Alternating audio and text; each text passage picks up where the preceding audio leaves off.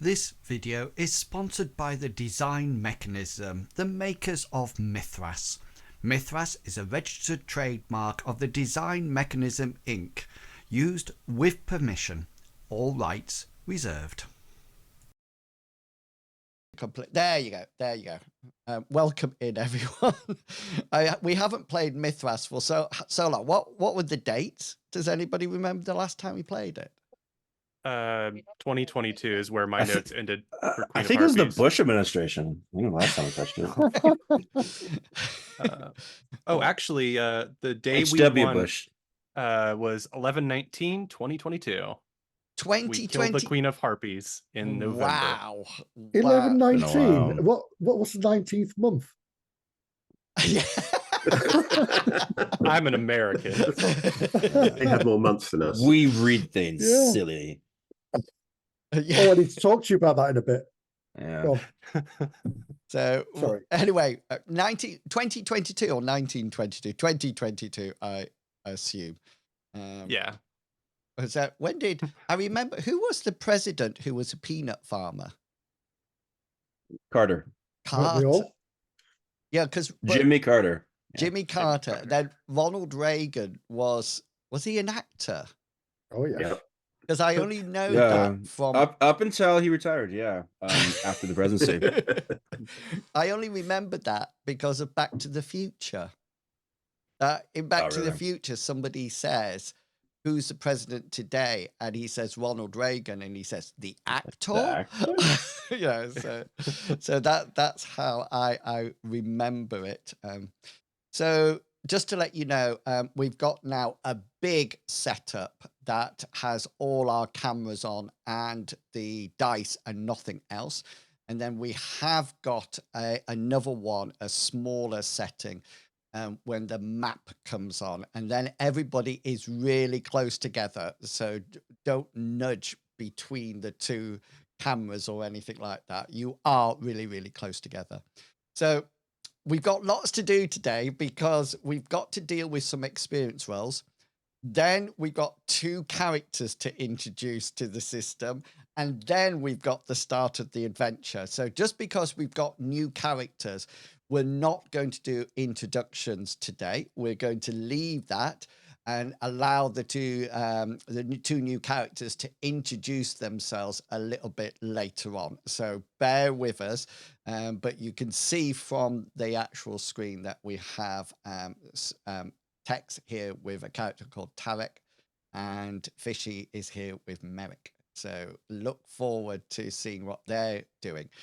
Before that, we need to go back in time, back to Winvine. It's a small coastal village stroke hamlet where Hazra, Bartleby and Cyrus did an epic adventure when they had to go and kill or prevent the Harpy Queen. Do you remember her name? Chehalia. Yeah, Chehalia, from coming into the world. So they got back to Winvine highly decorated and really pleased with themselves.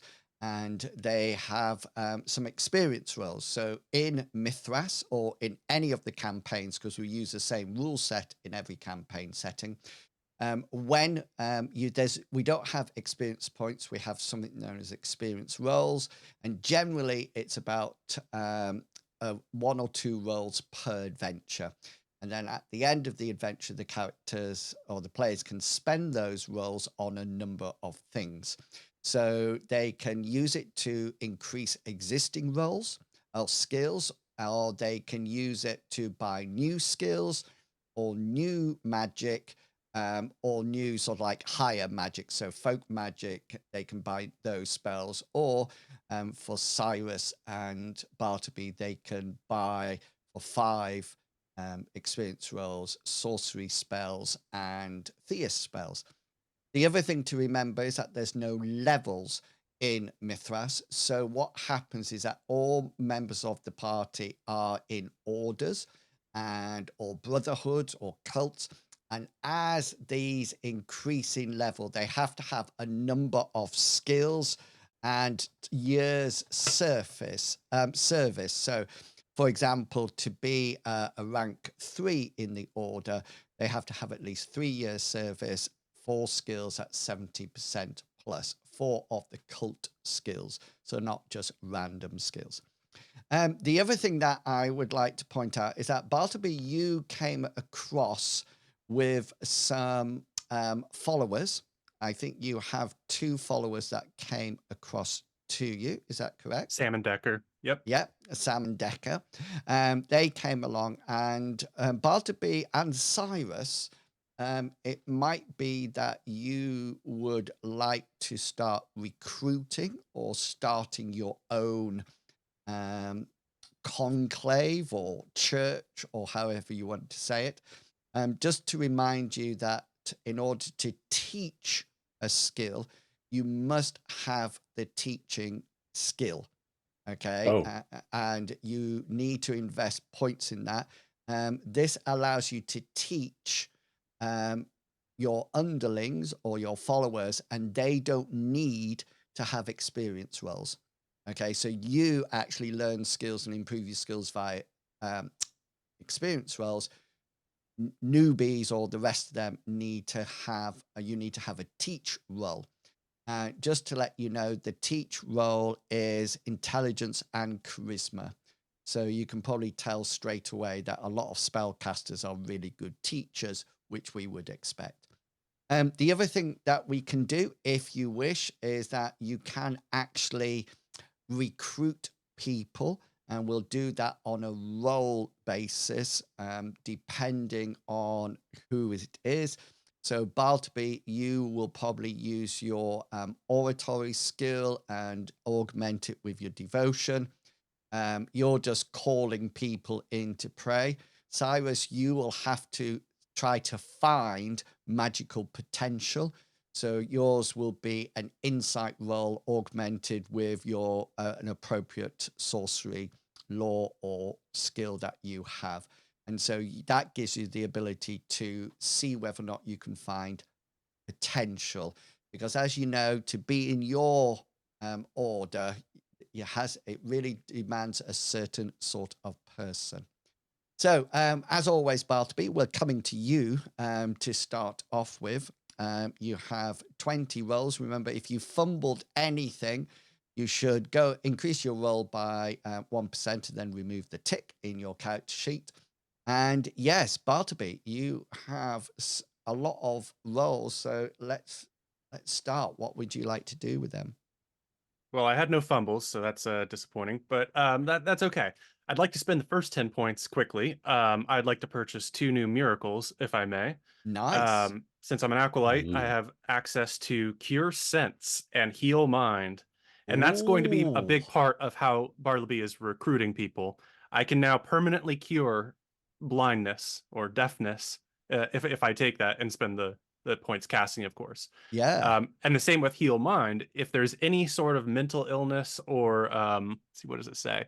Removes all madness and mental derangements from a single target. In the case of magically induced madness, the spell works as if its magnitude is equal to or greater than that of the magical disorder. Nice. Yeah. And your magnitude is nice and high in any case, isn't it? If I very devoted. Right. Yeah. That sounds good.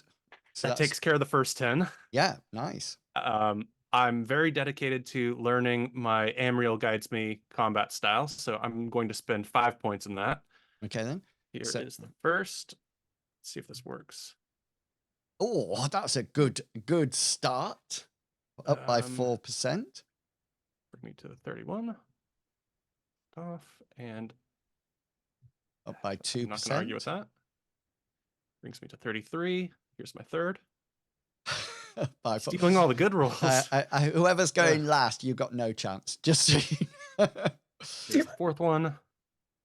Yep. Look at those rolls. Nice. And here's the last one. Oh. 41 is still better than my old combat style, which was a 28. Yeah. So that's nice. That's nice. So you've got 5 more left. I'd like to spend 2 on folk magic. Nice.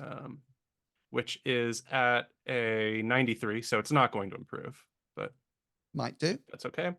Just gonna pump that up 4, and then 1 more. Aha! That's Nice. that's beautiful. Yeah. Bring me up to a 98. Oh, so close. But that's awesome. And I'm going to put 2 into my exhort, my religious skill of casting. Your skill that you use to cast your spells. Yeah. Thought so. Brings up to a 93 and 94. That's still. I was expecting all those to fail. So getting 1 was good. And then my last point will be willpower. Nice. It's at a 59, so I need to kind of be better. 60 would be nice. Yeah, and there you go. 60. So people, and that is my turn. If you're watching, thank you. That's brilliant. Nice and quick as well. If you're watching the stream, what the characters have to do in order to gain an increase, they roll a 1d100 and add on their intelligence, and then it has to equal their current skill or higher. If it does their current skill or higher, then they gain 1d4 plus 1 experience points or skill rolls to it. So does have a button in Roll20 that we just press, and it automatically rolls everything for us. Cyrus. Cyrus is next. Cyrus is going to only get 1 spell. Ooh. It's going to be animate fire. That's going to be. That's nice. Is that at a his little level? It is as level. Yeah, nice. So which is going to be pretty fun to connect with other things. Maybe I can make my evocation even more badass. Let's see. I'm trying to see. I'm looking for 1 skill just in case. Is it just reading? Is the skill, or what's the skill for literacy? Yeah, it's just literacy. Okay, that allows you to read. Yeah. Do you not? Yeah, because Cyrus can't read. He's doing some mild. Okay, I got a list now. On phonics. Yeah, he's on phonics. You go behind the tavern one day, and Cyrus is there with the school teacher learning. Is good.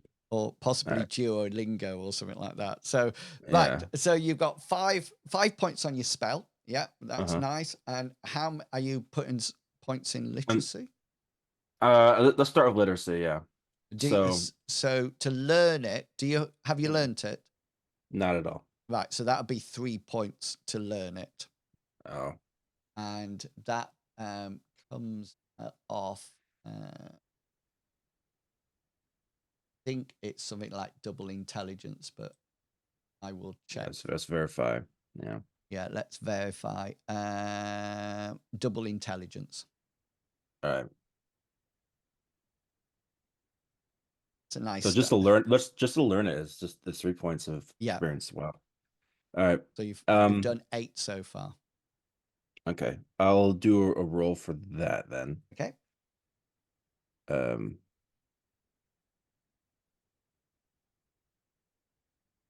Oh, success.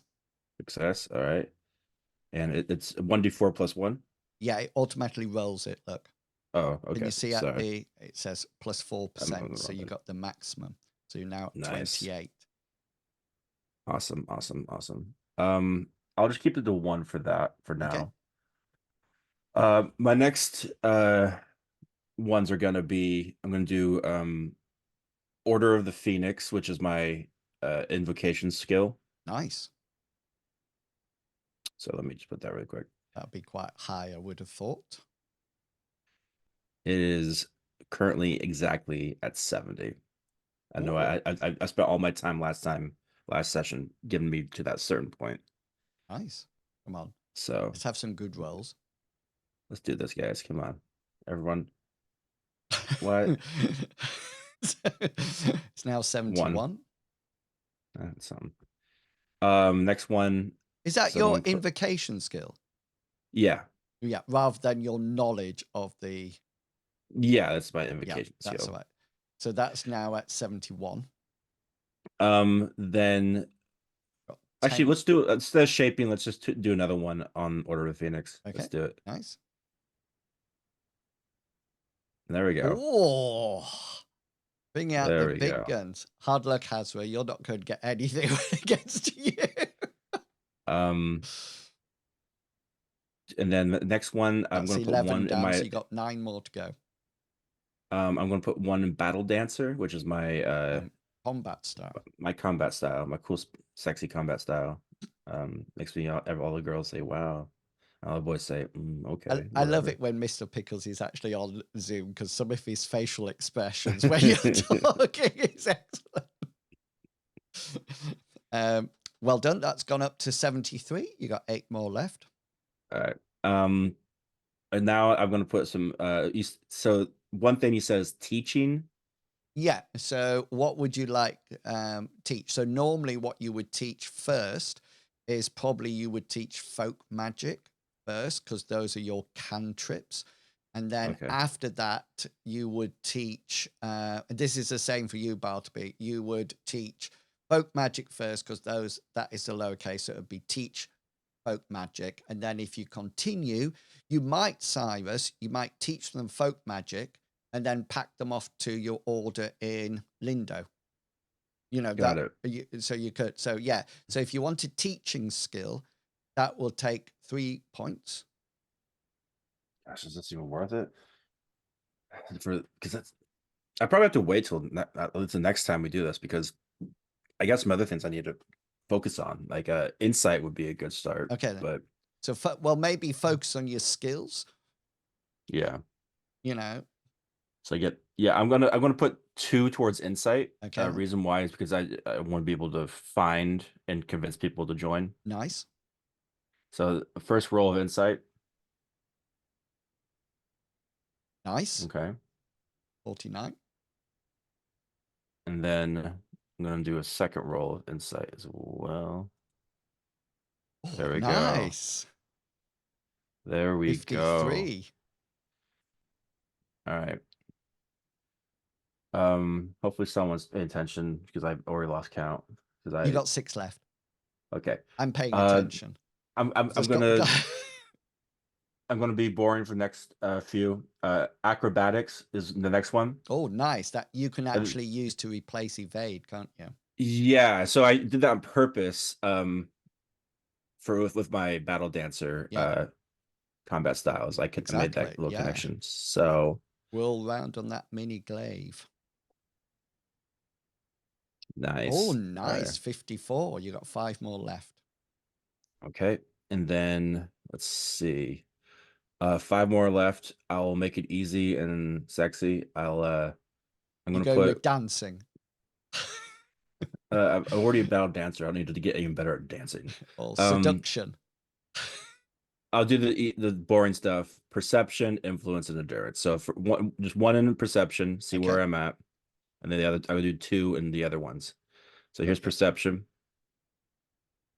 Ooh, 52. And then blind as a bat. And then 2 in endurance and 2 in influence. Okay then. So let's do that. Go to endurance really quick. Roll 1. Nice. Ooh. 47. And then one more time. Come on, baby. Make daddy happy. Yeah. There we go. So 2 more left, and they're going. And then in influence. Nice. Where do I put influence? It should be like, right next to insight. One would assume. This is a standard skill. It should be there. Okay. Roll 1. 2. Okay. So I'm above 50. The 51. That's good. And then one more time. Oh. Oh, so close. So close. Nice. All done and dusted. Cyrus is ready for combat, and we move over to the nomad from the plains. Hazra, 20 points. Hello. Right. Refresh my memory. What we discussed earlier. Learning that new skill is going to cost me, is it 3 points? 3 points. Yeah. 3 points gives me 17. Fantastic. And if you don't want to, roll it in the chat, then just roll a 1d100. Oh, I'll just go for it because I'm not. Okay. I'm assuming the extras that go with that are included in that skill. Yeah. I don't have to create a new. Right, that's fine. So you will automatically get 1 Depending, well, you get depending how on the percentage Yeah. of yeah, that's fine. so it'd be three for that. Right, so there's 17. Right, here we Yeah. go. I will get rid of my fumbles first. I'll start with a really easy one. Survival. I fumbled, which now goes 79 What? from 78. I know I fumbled survival. I don't know, but even more scary, I fumbled on perception, which now goes from 99 to 100. To 100. And I shouldn't be putting it in there. I should put it in train, shouldn't I? Yeah. Oh no, you can't do that now, can you? No, you can't. You can't put it in the. You just Yeah. no. You do the yeah, final edit the skill. box. Yeah. Yeah. Sorry. Right. So, influence is something I was going to do, which is 2 points into it. Okay. Because I'm sick of shouting at people with my scary face. Them going, no, mate, it's not working. So I've got 2 points to go in there. So it's at 49. It's now at 50. Yeah. So let's see what happens again. Yeah, it's now at 50. Clearly, it's not my place in this world to shout at people. No. Okay, my next one was going to be my selfish protector. Oh, nice. Your passion. My passion. Yeah. Purely because I do throw myself in way of people all the time. Come on. Oh, yes, that was worth doing. Yeah, it's from 56 to 60. Yep. That's 1 point. Not my willpower. What we've got to 2, 3, so it's going to be 7. My willpower is going to be 4 into. Okay, nice. Go 1. Nice. Okay, puts it to 7. 48. Still all right. It's still going up. Yeah, it's going up. That's the most important thing. 51. And final one is 53. Yep. And now for the bonus ball. Oh, hang on a minute. Sorry. That won't. Because you haven't changed. Why is it not? Because I changed it. Oh, it's because I changed it, but I didn't click elsewhere. Yeah, you got to click off. Yeah. It's cumbersome, but. I'll put 52. Yeah. 52. There we go. Right. So that's that. Then I'm going to put. So you got 10 left. That's 10 left. So 5 into meditation. Okay.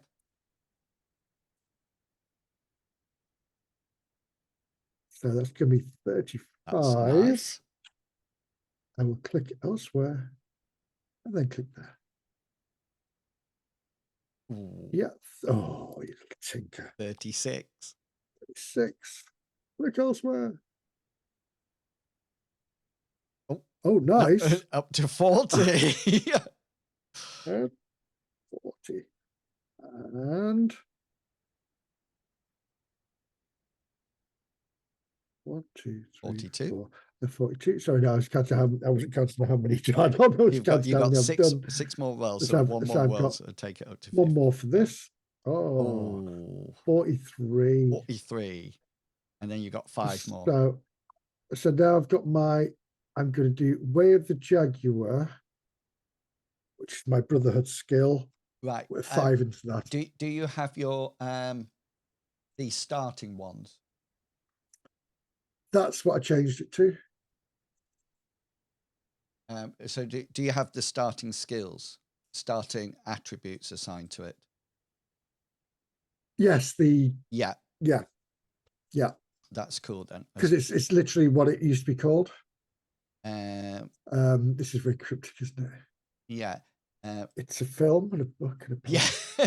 Go for it. We'll look at it after. Yeah. It should be right. Okay. So here we go. I shouldn't have a problem with this. So 2 goes at 22. If I fail any of these, I will slap myself with a kipper. Oh, I hope you've got a kipper. Oh, go get me kipper. Unbelievable. Kipper time. If I fail any of these, a beautiful naked lady's going to walk into my house. Oh, well. You got 2 more. Oh, nice. 28. And one last one. Ooh, Oh, success. Nice. 32. 32. That's a good last Oh, one. not 323, but 32. Yeah, it's not that high yet. Not that You high. had some lucky ones in there. You got a 93 with success on there, so that's pretty good. I think, Cyrus, you were the only one that got a 5. Oh, no. Yeah. Yeah, so- you actually no. got 2 5s, I think. Wow. You're not sharing them out very.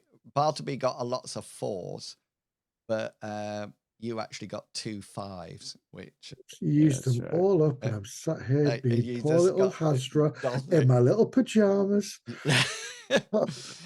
Okay, then let's move on. Bartleby, do you want to try to attract a following? Yes, through my use of miracles of curing people, I hope to inspire people to follow me. Okay, then. So you roll your auditory, and you augment it with your knowledge about Amriel or your devotion, and because you're also curing the couple of blind people, rather than it being a standard roll, it will be an easy roll. Let's see whether or not you make it. I am very devoted, so this should go pretty well for me. Psycho. Okay. Yep. I'll take that. Nice. So roll a 1d10. So you now have 9 loyal worshippers of Amriel. Okay, so they're just normal people. They're not actually invested in, they don't sleep in the same room or anything like that. When you have your service, they come along, and so you have 9, and then you have your 2 acolytes, Sam and Decker. Okay, Nice. and then that's it. So Very nice. and Winvine doesn't have a church at the moment at all. So they're really pleased to have a member of the Amriel, the Order of Amriel, in their town. Just to let you know, one of those 9 is not the mayor of the town. He's really sort of like seeing where it goes, and then deciding whether or not he joins or not. It's a bit like possibly in an election year. So he doesn't want to lose followers or votes because of that. But yeah, you actually meet in what appears to be a town meeting hall. It's not very big at all. It seems to be on the bottom ground floor of a 2-story building, and it just has random chairs in there and benches, etc. And that's when you meet on Amriel's day. Cyrus, do you want to see whether or not there's any possible mages in Winvine? Sure, might as well. Okay. Or people who are interested, at least. Yeah. So it's going Cyrus to be... had a little success in the past doing the opposite, because he convinced Mel to join out of being an ass. Yes, so. you did. Melanie Yeah, joined. so maybe I just convinced people they couldn't join, and then just pisses them off. So they joined. regardless. Yeah. So you need to look for magic potential first. That's Got it. Hang on. Yeah. So magical potential. So that's going to be your insight, and you can augment it with a suitable skill from your sorcery. It's probably Order of the Phoenix would be the good one to use. So what would 73 be on augment? 73, 14. 14. All right, let's do it, guys. Yeah. All right. I'm gonna do the insight.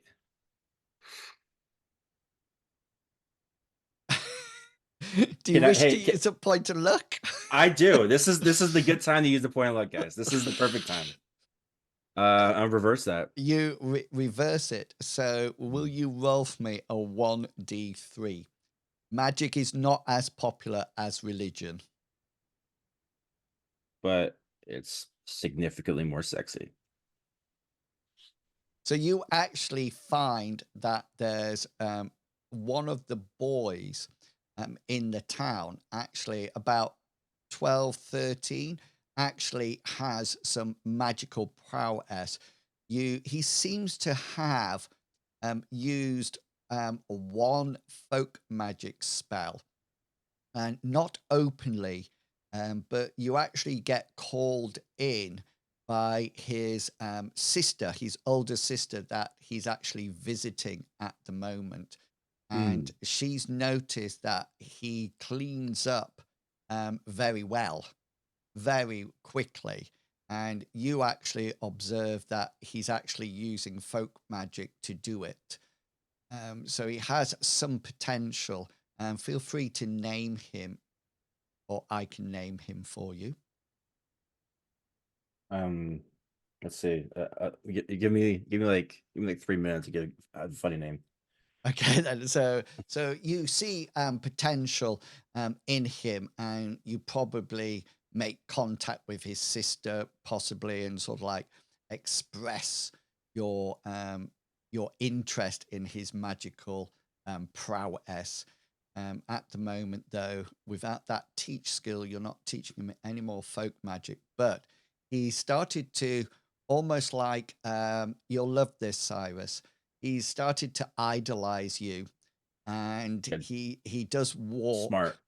walk a few paces behind you, and in order to mimic your robes that of course clearly identify you as a sorcerer from the Red Order, he seems to have dyed some sacking, what maybe in beetroot juice or something like that, which he wears very proudly with a piece of string round his waist.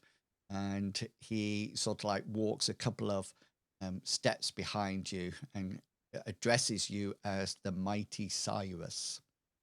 Ooh. Let me know when you've got a name. Okay. No, this one is infatuated with me. Not because I'm beautiful. She's jealous. It might be because you're beautiful. You don't actually know. I really don't know. No. So anyway, so Flimble. I like that, Bartleby. Please call him Flimble. All right. It's because he's not nimble. Because he's not nimble. He's Flimble. He's quite flimsy. Yeah. Flimble. All right. Well, if you want to give him a second name, then you can do in your own time. Okay, then we are going to welcome in our first new player, and which is going to be you, Merrick. Just so you know, I'm going to set the scene, and then you can take it over from there.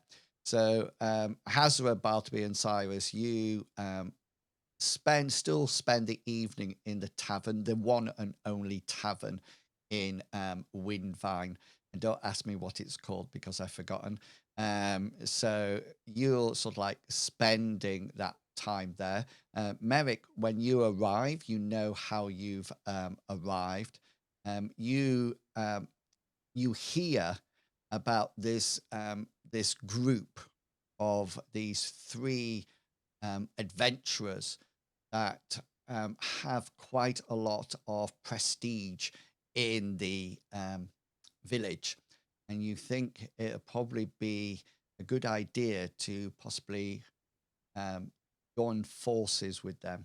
They point you, the locals point you to the tavern, and when you walk in, you see Hazra, Bartleby, and Cyrus. Cyrus does have hair like that, and Hazra is probably not all covered up, but they'll be sat around. Cyrus, Flimble is sitting outside. He doesn't want to come into the pub.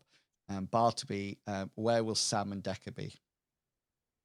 Well, memory serves, Sam and Decker aren't the best of my my minions, so No. they're probably off at the bar at this point, trying to get as drunk as possible. Nice. And I've told them not to, but they'll wake up in the morning regardless. Well, hang on, just roll your influence. Let's see Well, Oh. they hang on, because they've got a willpower of 37. Oh. No, They are stubborn. They are following your orders at the present moment in time, but they do look incredibly bored.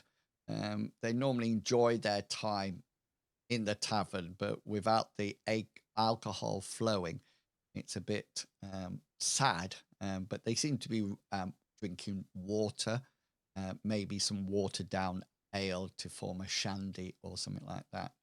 And while all three of you are sat down, the door of the tavern opens, and in walks somebody that you haven't seen before. So, Merrick, if you'd like to start off by describing what you look like physically, and then you can trot over to the table. Right, so Merrick is tall, but not freakishly so, about 5'10", slim. He's dressed. He looks, to be honest, like he's dressed for combat training rather than for combat. He's lightly armored, but it looks more like it would aid in not being injured while sparring, but doesn't look to an experienced adventurer like it's going to be much use in a real fight. He's got a presented hauberk and some padded trousers. He's not wearing an obvious weapon, but he is carrying one. In his left hand, he has a longsword. Now, you won't be able to see it on camera, but give you an idea of why he's carrying it. They're not the shortest blade in the world. If you're familiar with bastard swords, a longsword is essentially a bastard sword. I've got a beep swear words. Essentially, animals, hold that down for about 5 seconds. If you're familiar with a hand and a half something to say. There we go, hand and a half sword. Yeah, a longsword is essentially the same as a hand and a half sword, but with a full two-handed grip on it. It can be used one-handed, but it was never really intended to be. And having trained with them, I can tell you, I would not want the other hand casts a cup swing one below the hilt. So he's relatively young, mid-20s, and not really much else to say about him, to be honest. He looks slightly cocky, maybe. Ooh. And he is, when he comes in, he's not going to approach the party directly. He is going to head to the bar first, get himself an ale, and take that opportunity to sort of give them a once-over and assess them before he approaches, and then he will take his ale from the bar. What would you like to assess about them? General level of competence, really. Do they look like they know what they're doing? And I'm guessing the answer to that is going to be yes. Well, roll your insight in any case. Okay, so insight. Yeah, they definitely look like they're pros. He knows our secrets. Definitely, they look like pros. Cyrus seems to be having quite a significant amount of ale, as always. Bartleby and Hazra, are you drinking? It's manageable. Lightly. I'm sipping like I normally do. Bartleby is not drinking at all tonight, though he normally would have at least an ale or a little bit of wine. Nice. Yeah, so they're sat there, and they probably catch you coming in, see you coming in. Hazra's incredibly observant. Nothing gets past Hazra. So he's probably well aware that as I walked to the bar, I was looking at them out of the corner of my eye. And then once he's got the a drink, Merrick will walk over to them. I hear there are some adventurers in town. I'm guessing that would be you guys. Ezra will nudge Cyrus's foot under the table. What? It's mine. I'm drinking this. It's not for you. I know, my friend, but we have company. This is a tavern. We always have company. There's people here all the time. You what are you two doing? are just the strangest drinking partners that I keep coming back for. Yes, we are the adventurers of this Right. town. If you've got a problem, this is the table to bring them to. I do sort of have a problem actually. Yeah, my problem is Me? No. I'm new in town, and actually I'm new in the whole area. I've come a long way, and I don't really know anything around here, and I haven't got a job, but I do have skills. So if you're looking maybe to pick up some extra bodies that might help you out, I'm keen to travel, and adventuring sounds like a good career. Rohan recently left you, so you are a member down. This is what I've been telling you guys about. That I just feel that there's something in the air, that something's going to happen. And I mean, ever since we killed the Harpy Queen, well, yes, to make a It's long been a story little short, bit too quiet, you're saying? yes, I know something's going to happen. And if you're wanting to join us, I'm sure Cyrus Sure. would agree to that when he's sober. How good are you at absorbing bolts to your body, or arrows, I'd prefer to get out of the way or of them, to be slashes? honest. I don't know if we can really. We have room for non-human shields in No, this group. to be fair, Cyrus, it means he needs to step well away from you when you're swinging that huge thing of yours. Remember, it's not that huge. It's not big. That mediocrely sized thing of yours. It's well managed. Pull up a chair, my friend. What is your name? My name's Merrick. Merrick. Merrick. That's it. Just Merrick. That's a Just good Merrick. name, Merrick. And you're new to this area? I am. Yeah. I had to leave the last place I was in a bit of an hurry. It was just a misunderstanding. You understand? That is but, none of my concern. I hopped a boat and I ended up over here, and I don't really know anything about this area, to be honest. It's Most a of my wonderful knowledge area. is foreign to this place. Yes. But I do know how to swing this thing. I would tell you that I was a graduate of the Amdar School of Dueling, but you wouldn't know what that is because it's a long way from here. And I'm just a little bit handy with my hands here and there, locks, No, that is fine. that kind of thing. Things about your conscience more concerns us, to be fair. How do you do you have one? Because that's gonna be a problem. My conscience. Oh, of course. Yes. I mean, I have a sense like, of honor. That you don't need a conscience. that is all I need to know. That is all I need to know. If you have a sense of honor, my friend, you are welcome here. Excellent. So, you got anything on at the moment? What's happening? Well, I mean, that's what I was telling them, is that we probably shouldn't be drinking that much tonight. If anything could happen, there might be more of those harpy priests. I said I didn't think we got all of trying them. to convert the new people. You have enough followers as it is, Bartleby. You don't need anyone anymore. And to be You're fair, good. Bartleby, I'm surprised your two followers are not falling on the floor. You have Well- enough well lackeys done. as it is. Well done. Hear that, Sam? Hear that, Decker? they suddenly turn. What? Yeah, they are complimenting how aware and awake and non-drunk you are. Right. What's the point of having all these followers if they're not constantly buying your friends drinks? Whatever. I don't drink that much anyway. I'm purely having a little sip to wet my throat Why?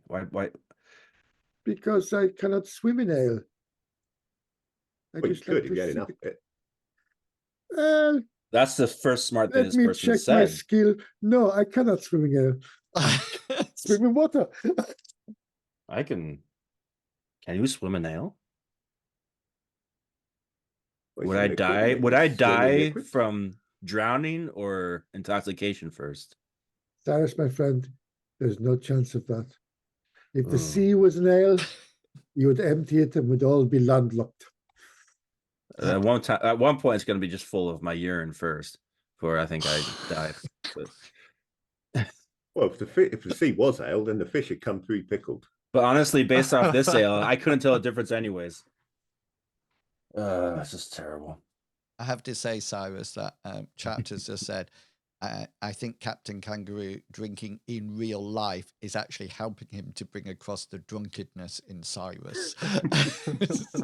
I wish that was. I'm actually only drinking Rockstar. I By the way, this video was brought to you by Rockstar. Get that money. Well, get that money. Well, what's Rockstar? It's an energy drink, and they haven't agreed to pay you. Other energy drinks are available. Well, because they didn't know we were advertising until right now, so it's perfect. That's really funny because I've also got a Lamborghini model back here. Oh yeah, Lambo. Yeah. So if Lambo's out there, smart. Yeah. Oh, We dear. all would like Lambos, Yeah. especially us in the American states that they're shipped. Hazard Bartleby and Cyrus. Cyrus, do you have what skill do we roll to make sure that you don't get drunk? Endurance. Luckily, I put some. No, extra- no, it's it's willpower. willpower. Isn't it? Oh, Yeah. okay. Willpower was to avoid. Avoid getting drunk. Oh Is yeah, Yeah. So if you, And he had to fail it That's right. to not get drunk, wasn't it? yeah, No, or is that something else? No. you're right. We did the willpower because you'll just drink until yeah. you Draw- break your endurance. Just roll your willpower, Cyrus. Let's see how. So if you fail it, you're on the alcohol. Let's find it. I'm on the alcohol. What's that? I.e., you will be drunk. Oh, okay. Oh, Oh, flipping Nora. that's actually- really good. That's right. It's actually going to be. Cyrus is ready for a few more shots. This is where we all fall down when Cyrus goes, "Can I have a glass of water, please?" Yeah. Please, sir. Some water. Do you have any questions to ask Merrick, your new drinking partner and adventurer?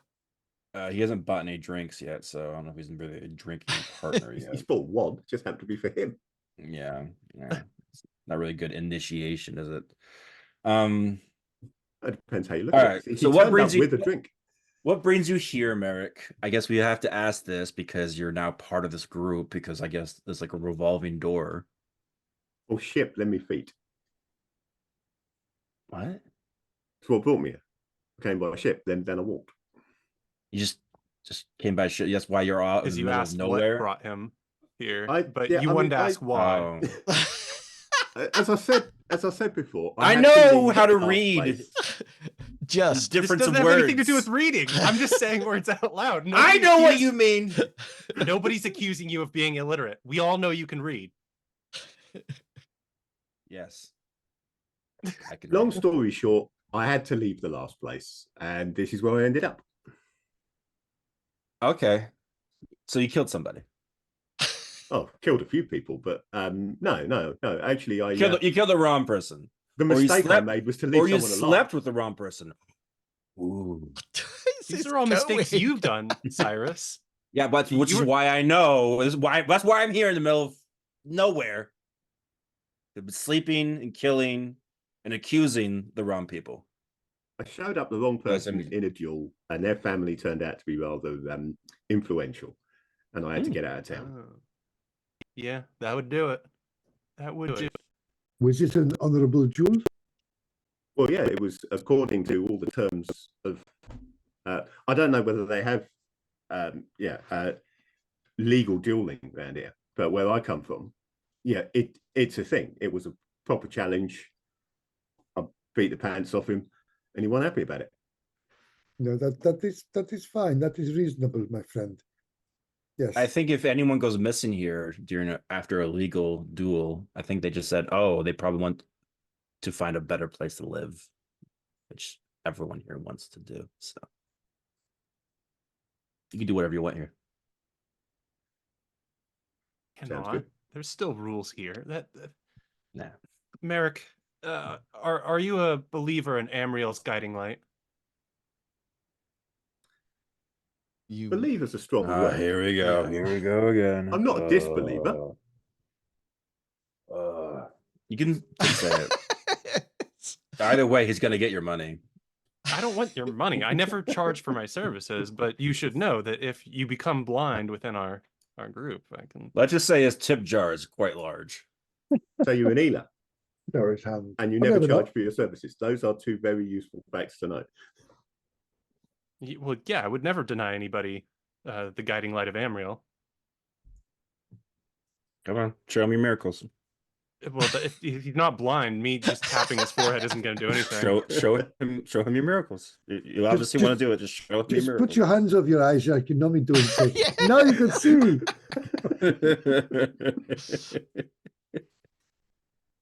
All right. Well, Where's here Amriel's might today?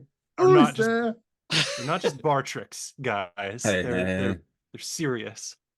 Come on, shock Cyrus. You have to excuse Please, my good friend shock here, Bartleby. Cyrus. Oh, I'm devoted, and my So- folk magic is a 98. And it doesn't harm, it just shuts them up for 1d3 minutes. No, I'm not going to do that to my buddy Cyrus. Just have to take my word for it. Are you performing any miracles this evening? Not unless they're necessary, and I don't believe they're necessary right now. Okay. Does Anything- not rising to Cyrus's bait count as a miracle? Yeah. Yes. It doesn't take any of my devotional pool, though.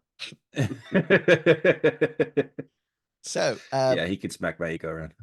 Hazra, Cyrus, and Bartleby, have you got anything else that you would like to ask Merrick at the present moment of time? Merrick, is there anything you would like to ask the three heroes, the three think for the moment- musketeers here? Merrick's just going to be content to hang around with them, drink his drink, and just get a feel for what they're like simply by associating with them for now.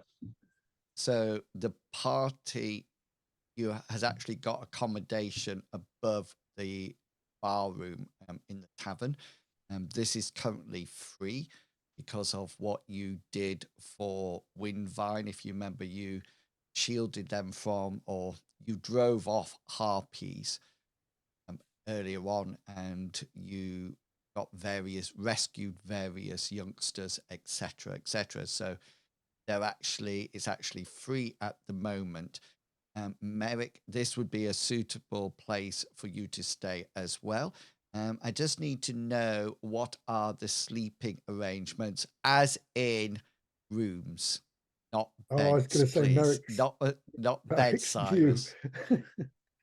I like to sleep upside down. So, I'm do home you on want it. to all have separate rooms, or do you want to have a single room with like beds and bunks in? To be fair, Hazra usually stayed with Cyrus just to keep him in the straight and narrow, if memory serves me. Yeah. Yeah. We've been here for a while, though, right? We've been in this tavern for a few months. Yeah. I like to imagine that Cyrus has kind of made the room a little more flamboyant with lots of like fluffy pillows and things. Not the left-hand because corner. he yes. From the general store or from a local Bed Bath and Beyond? He I think he's forced people to give it to him so that way when he passes out, he can at least fall down on like a soft surface, because he knows the likelihood of him actually making to the bed is very unlikely.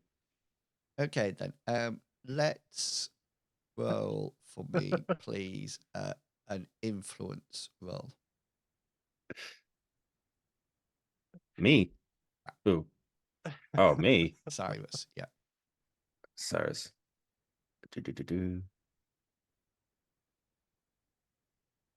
I like to imagine it's not fluffy pillows, it's Hazra catching you and kind of like Supermaning you into bed. Oh, these comfy pillows. Interestingly enough, Cyrus, you have got some admirers in Winvine, apart from Flimble. There are some young, well, they're not young, middle-aged ladies, single ladies, and they have been making you suitable attire for your room, like quilted, like a quilt made out of scraps of material, a fluffy a pillow filled with eiderdown, or that lovely duck feathers, and they've even made you a hat to wear, because they do think that sometimes it gets a little bit chilly in Winvine. So they've made you makes sense. quite a horrendous hat.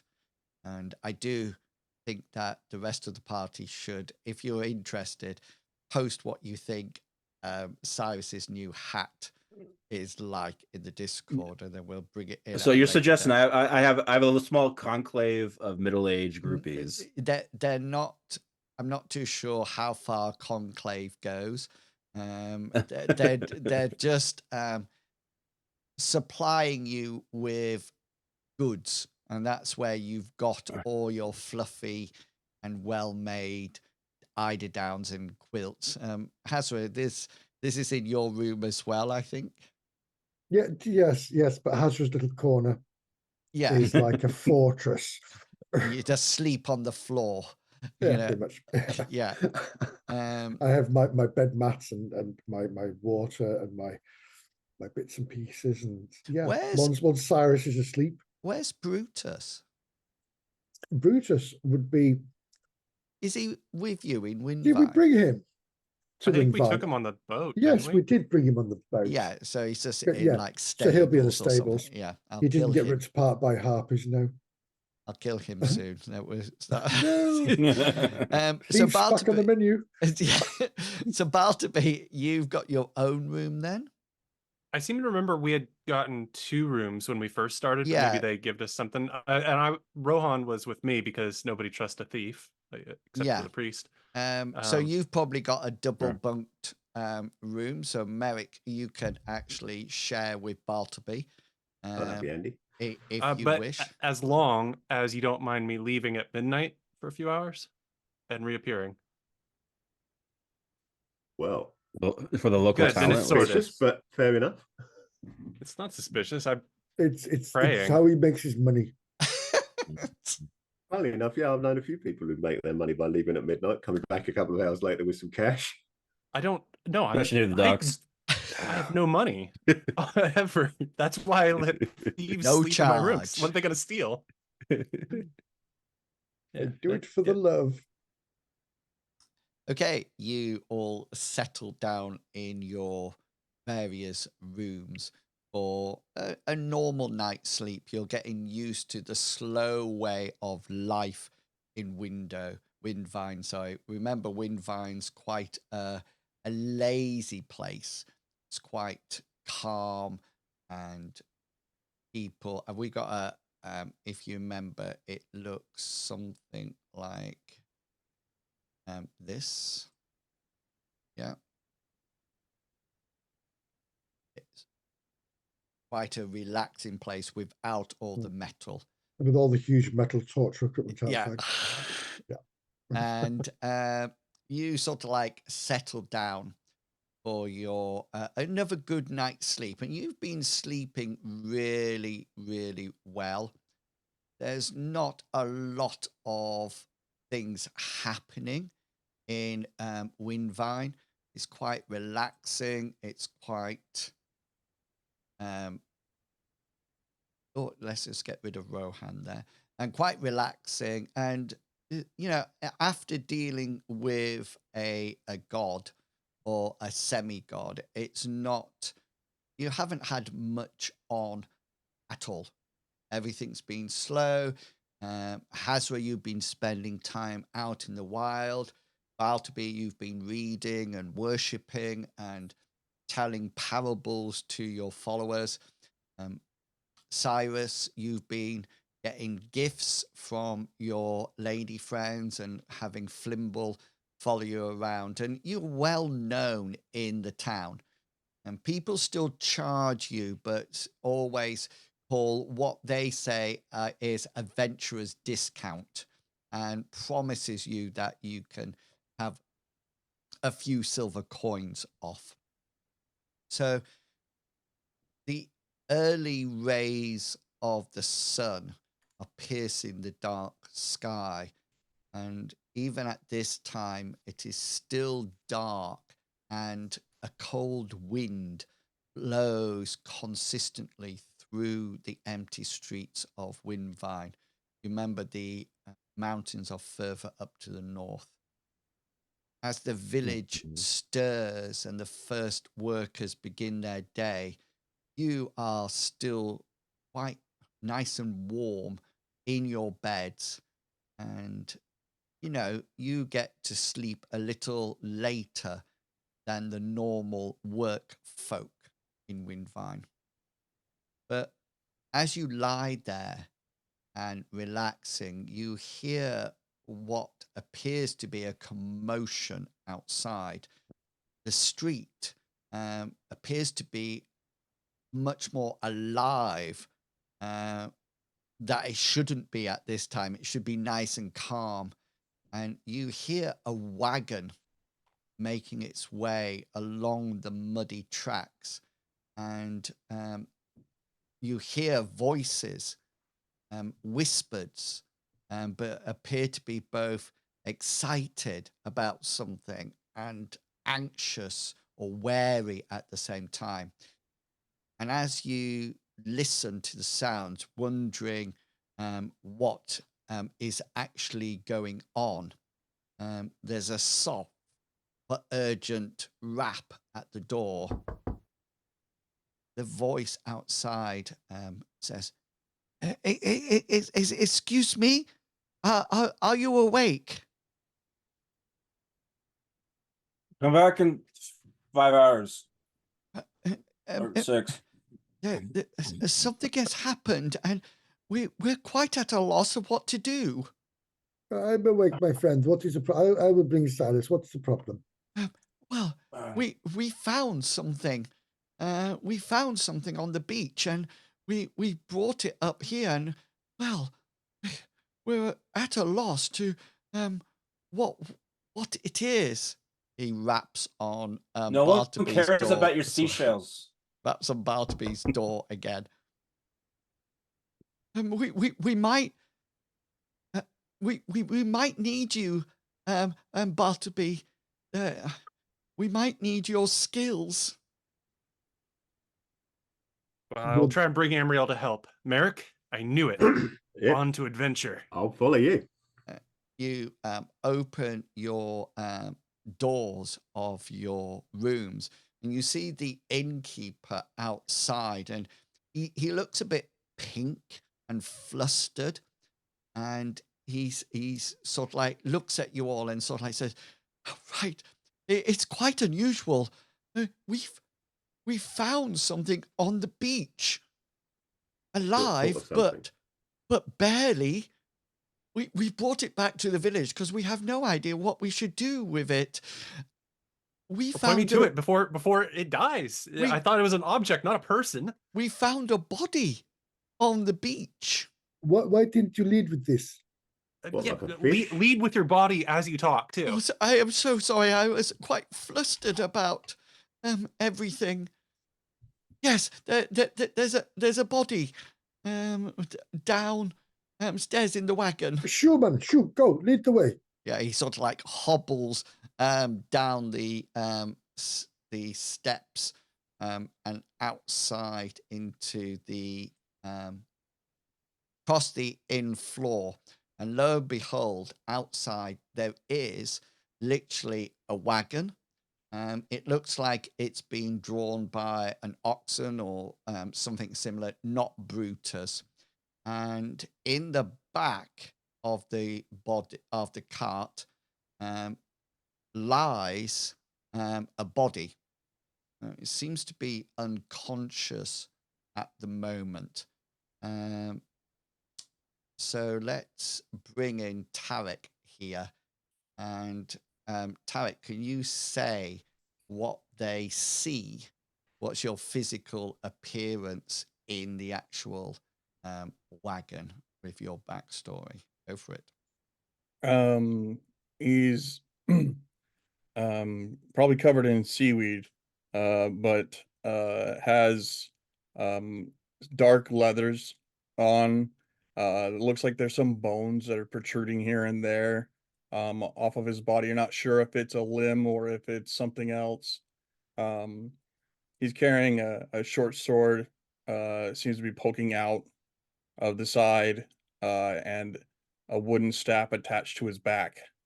And he's the pieces of his skin that you can see are covered in black tattoos. And he's even got tattoos on his face.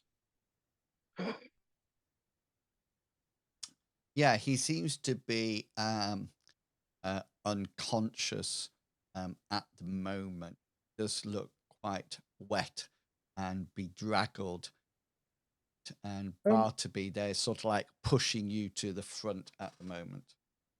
At the sight of the tattoos on his body and the fact he's carrying a staff, would Hazra be aware of perhaps with his brotherhood of certain people that would that look like this? You have roll your roll appropriate skill, whatever skill you would like to roll. And obviously not your combat style. You can't use. If anything else, default it to insight. Yeah, I'm gonna go for. I'm going to do my brotherhood roll, if that's okay. Yep, that's absolutely fine. You no. You've never seen. You've seen tattoos before. I don't think you've ever seen any of these tattoos before, and probably not something in the medicine hut. Exactly. You don't think you've seen it at all, but you've never seen anyone with this amount of tattoos at all. Eric will step up to the cart and just gently slide the short sword out of its sheath, then step back again. Safe rather than sorry. Yeah. Good call. Sam, Decker, I need you two to get some like towels or something to dry him off, and I'll take some of my own furs, like my fur hood or something, or my coat, to put it under his head. And I'd like to try and assess to see how injured he is. Yeah. I have healing as a skill. Yeah, go for it. Okay, before I start just screaming to Amriel. Yeah, nice roll. He seems unconscious, and there seems to be no physical injuries on him, but he looks like he's fatigued. It looks like he's been through something that might have sapped his strength from him. He seems to be very pale in the face, and he doesn't look like it just looks like he's had a rough time. And as you look over him, Tarek, you come around slowly but surely in the back of the cart. I hope that he comes around. The moment I realize what I need to do, I'm gonna raise my hand to the sky and just shout, Amriel, wake him up! And I'd like to cast Vigor on him. Yeah, nice. I thought you were going to shock him. Nope. I'm gonna cure some of his fatigue. My good old energy drink prayer. Yeah. I thought he was just going to say that and not cast anything, since he seemed to be coming around. Oh, that would have been better. Bartleby's perception's a 36. Today's energy drink prayer is brought to you by Rockstar. Yeah. Send us money. This is Amriel brand. Look at Captain with his fiery background now. Yes. This is I'm going to have to get my green. I should have waited for like battle for it, but yeah, no, it looks good. It looks good. Tarek, you come around a lot faster than expected. However, the color doesn't drain back into you. You still look pale, but you wake up to see Bartleby stood over you. What? Where am I? Well, you've washed up in a little town called Winvine, north of Lindo, on the continent of here, Odes. I've never heard of any of these places. Oh, you and me both, mate. Well, you might. You might be a long way from home, but you are safe now, I think. What is your name? Or what should I call you? I think my name's Tarek. I think. Tarek it is. I'm Bartleby, a priest of Amriel, and these are my comrades around me, staring at you very intensely. Well, if that was a difficult question for him, I think maybe we ought to let him. Are you hungry? Do you need food? Tarek, just roll for me your insights. Sure. It's our first time rescuing somebody. Yeah. Oh, wow. Oh, I'm wasting the good rolls. Wasting horses with this one. Two things. The first thing, you notice that your sword is missing, your weapon is missing, your staff's still there, but your other weapon is not there.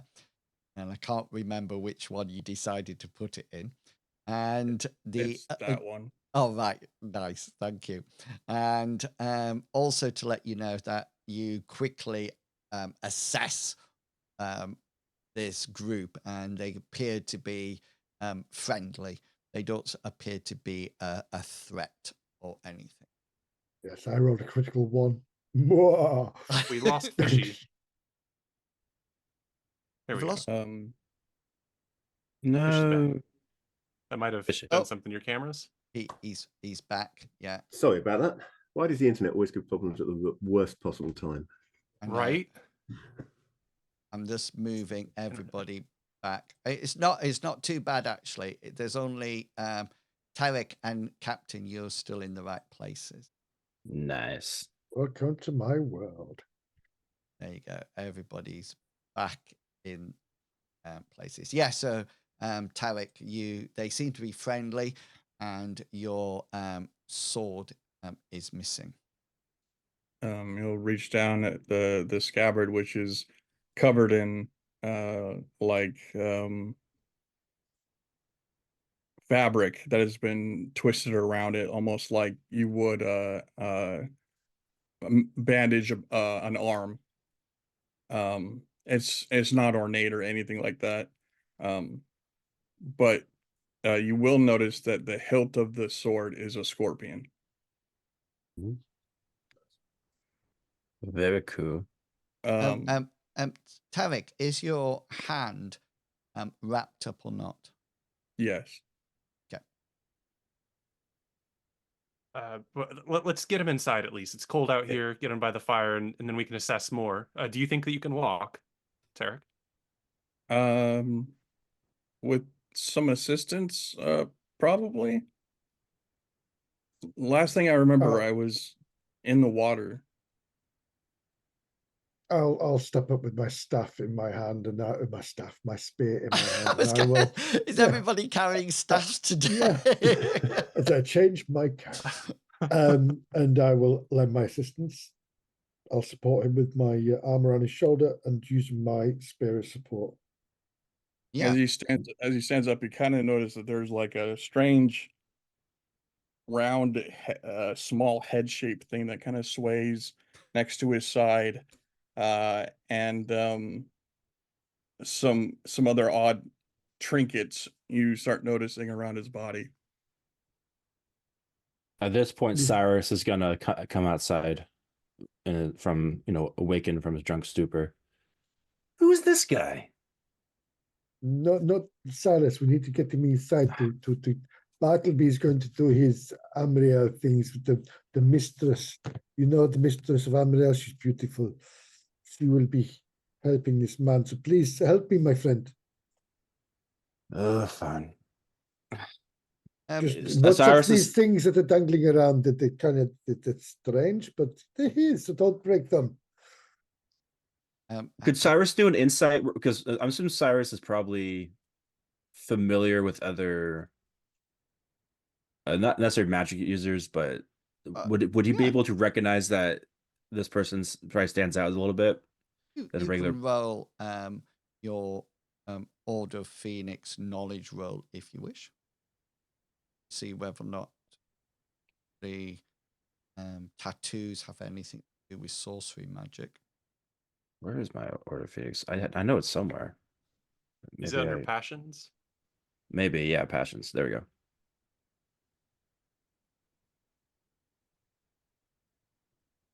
Hazra, you do notice that there's a crowd outside, and they seem to be talking about the rescue between them.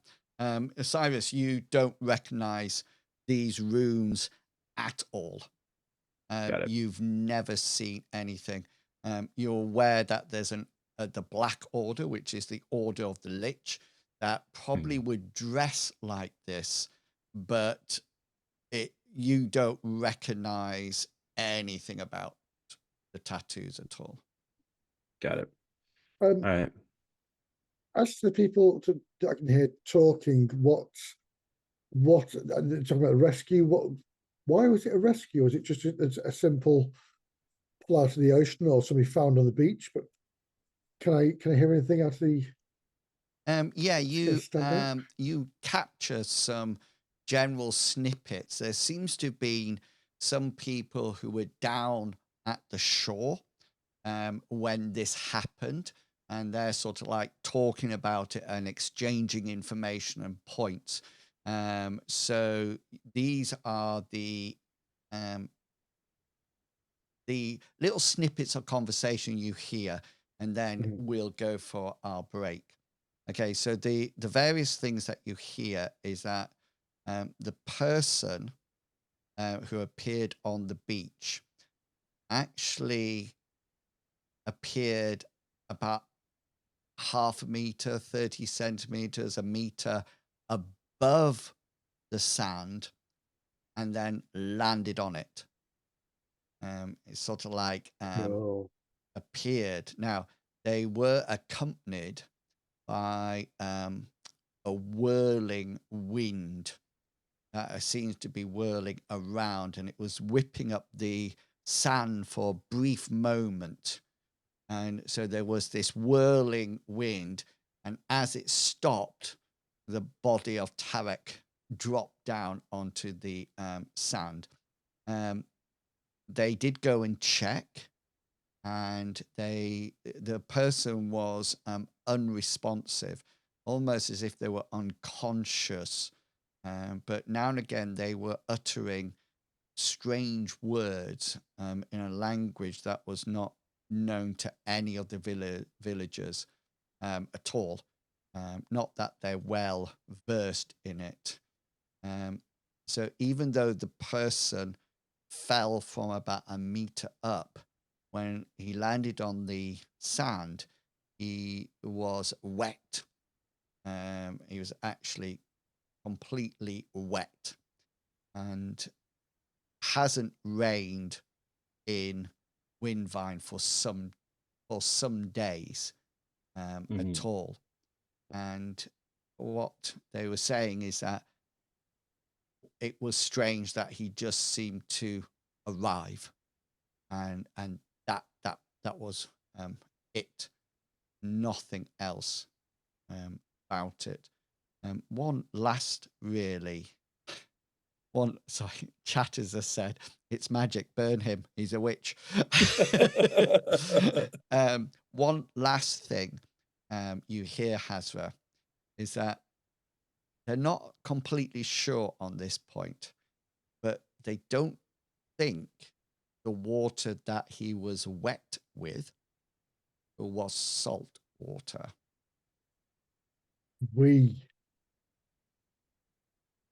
And we'll leave it there for our break. And so we're going to have a quick 15-minute break. We'll be back at 1:45 the hour. So please do go off, grab something to eat and drink, stretch your legs, and come back. And when you come back, we'll find out what or who Tarek is and how the rest of the adventure is going to go along. Thank you for being around so far. We really do appreciate the support. So definitely snack time. See you all soon.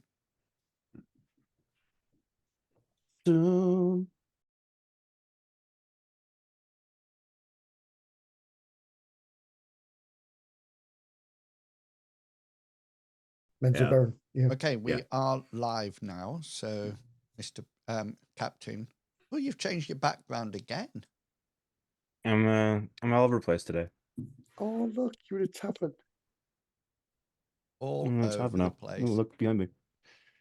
Cool. Oh. Right. We left. Hazra, you were outside and you gained some more information. And Indeed. the rest of you are inside. Tarek is taken in and sat down. He doesn't look like he needs to be laid down. Merrick, I think you have Tarek's short sword. Yeah, once he's sat down, I'm going to put the short sword down on the table, but I'm going to put it just out of his reach. Okay. So it's there, but he's got to reach for it if he wants it.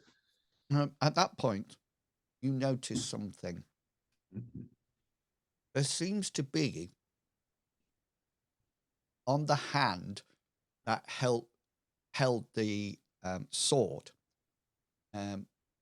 There appears to be what can only be explained as a saw, as in a red patch.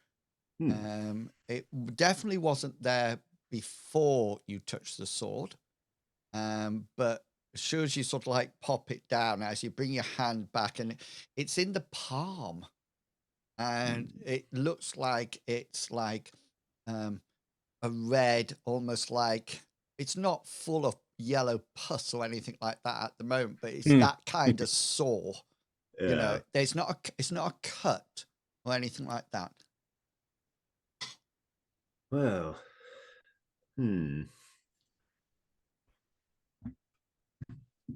I'm gonna have if Flimble is nearby, I'm gonna have Flimble fetch me my typical early morning, mid afternoon. He's in my what do you call it? My anti-hangover concoction. Oh yeah. Which is pretty much I'm assuming the bartender probably knows at this point what it consists of. Yeah. Okay. So Yeah. Flibble goes over and tries to sound really manly and to the point at the barkeeper, who's sort of like gives him a quick blip around the ear hole and sort of like says, "Don't you teach me what to do." And he sort of like sees you over in the background and says, "I'll be with you in a minute, Master Cyrus. Don't worry." And he sort of like busies himself making the concoction that you've ordered as your hangover cure. And Flibble picks it up and brings it back over to you. It seems to have a stick of celery in it. I don't know whether or not that's just to stir or is part of the cure, but it's definitely there with a bit of leaves, celery leaves on it as well. Maybe it's 5 a day. Yeah, some BM, as they say. Bartleby, your patient Bloody Mary is sat in chair.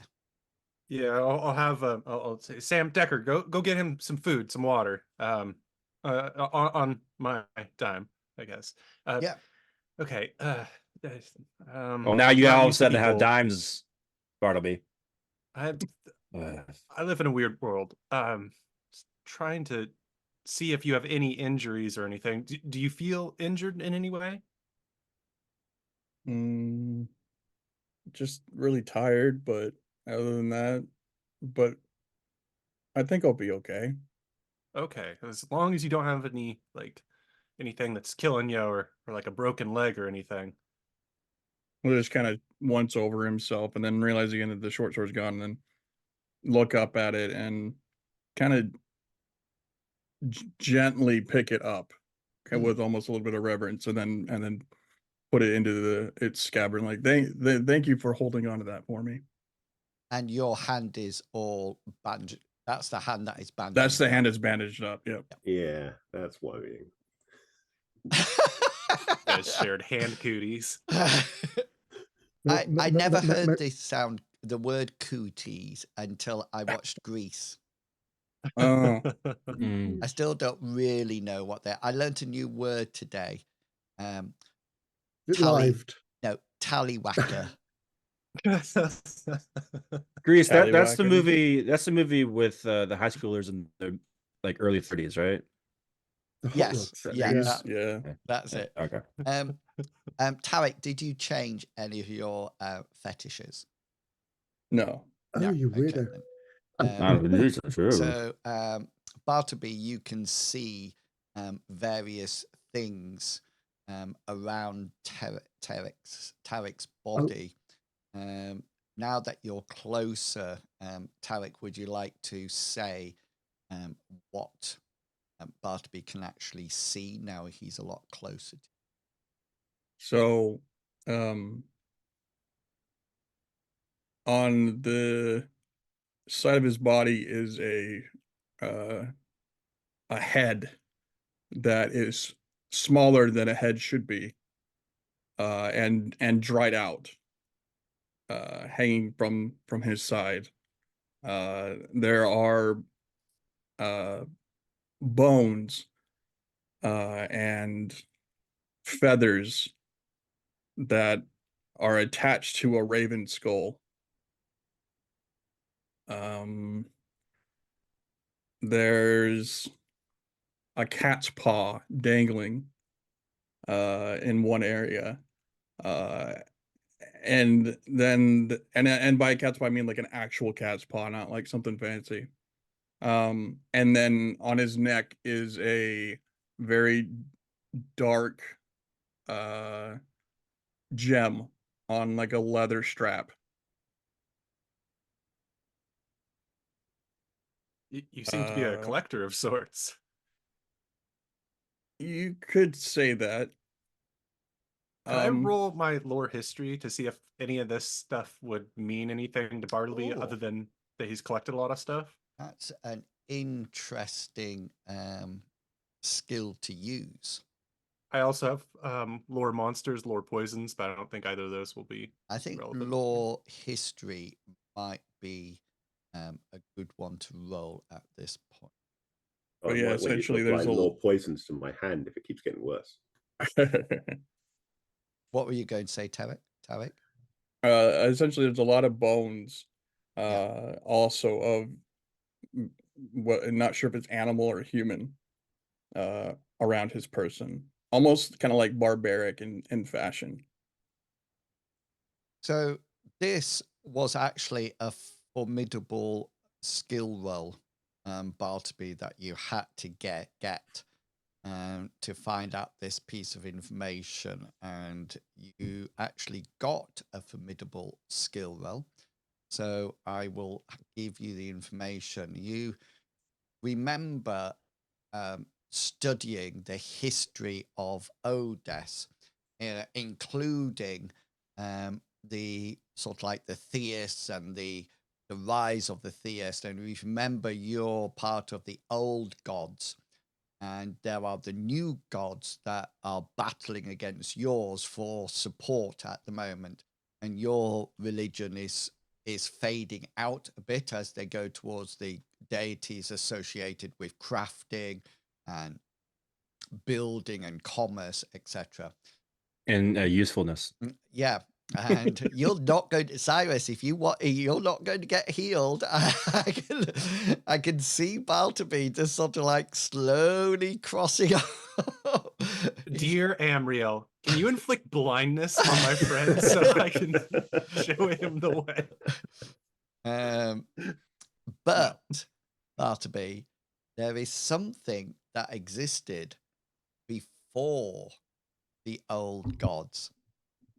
And they were a group of gods that very primitive people worshipped, and their religion was more to do with spirits rather than gods.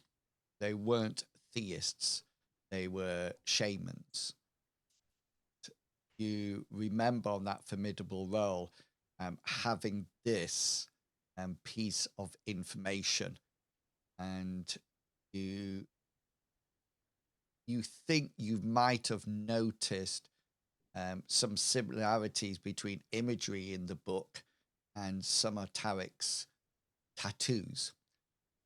The other thing that I have to say is that this wasn't decades ago or centuries ago. This was thousands and thousands of years ago. There's, as far as you know, there are no shamans still alive in Odess, and nobody, absolutely nobody, not even primitive folk, actually worships spirits anymore. It seemed to die. If you think of our own chronological order of chronology of history, this was probably back when the Celts were there, or the Greeks, or something like that. It's a huge period of time has passed, but you remember reading about it and seeing these tattoos. I'll hold on to that. I guess I'll still as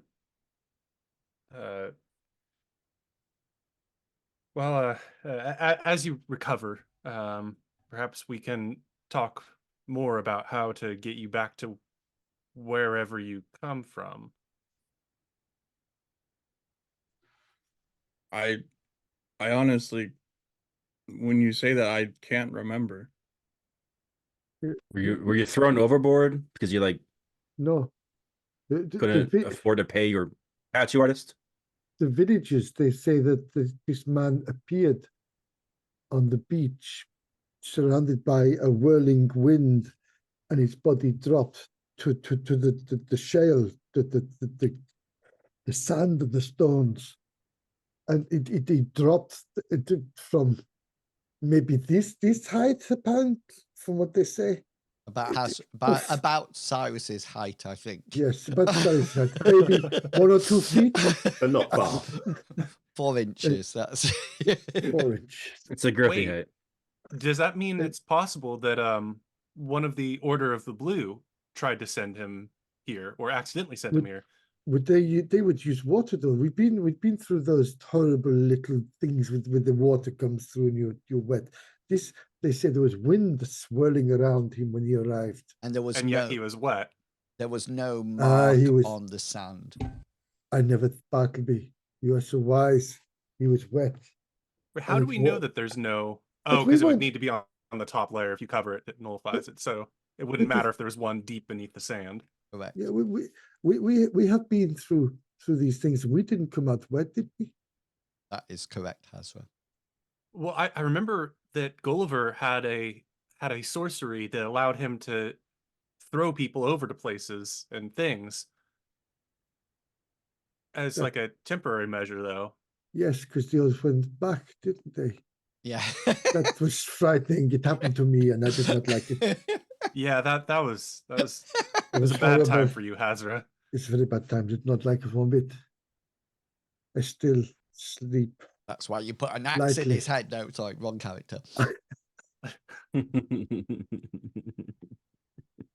Ooh. Well, Yes. I mean, that makes it difficult to try and figure out what sent you here and why, and how to get you back to where you. Well, I guess if you don't remember it, you don't remember if you wanted to be there. Maybe he might not want to go back. Maybe he's like Merrick here. He's trying to get away from something. We need to. Well, we need to have Tarek. We need to get his memories back.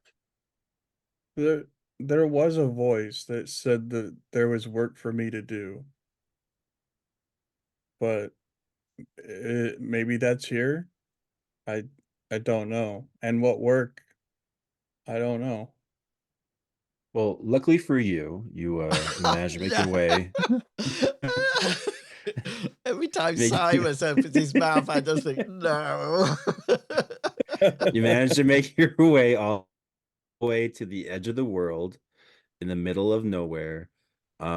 So, just like us, you're trapped and have nothing to really show for it. Apart from this but mop and bucket. lots of ale and drink until we can drown our sorrows. And You'll notice hopefully that not to. he's got no coin purse.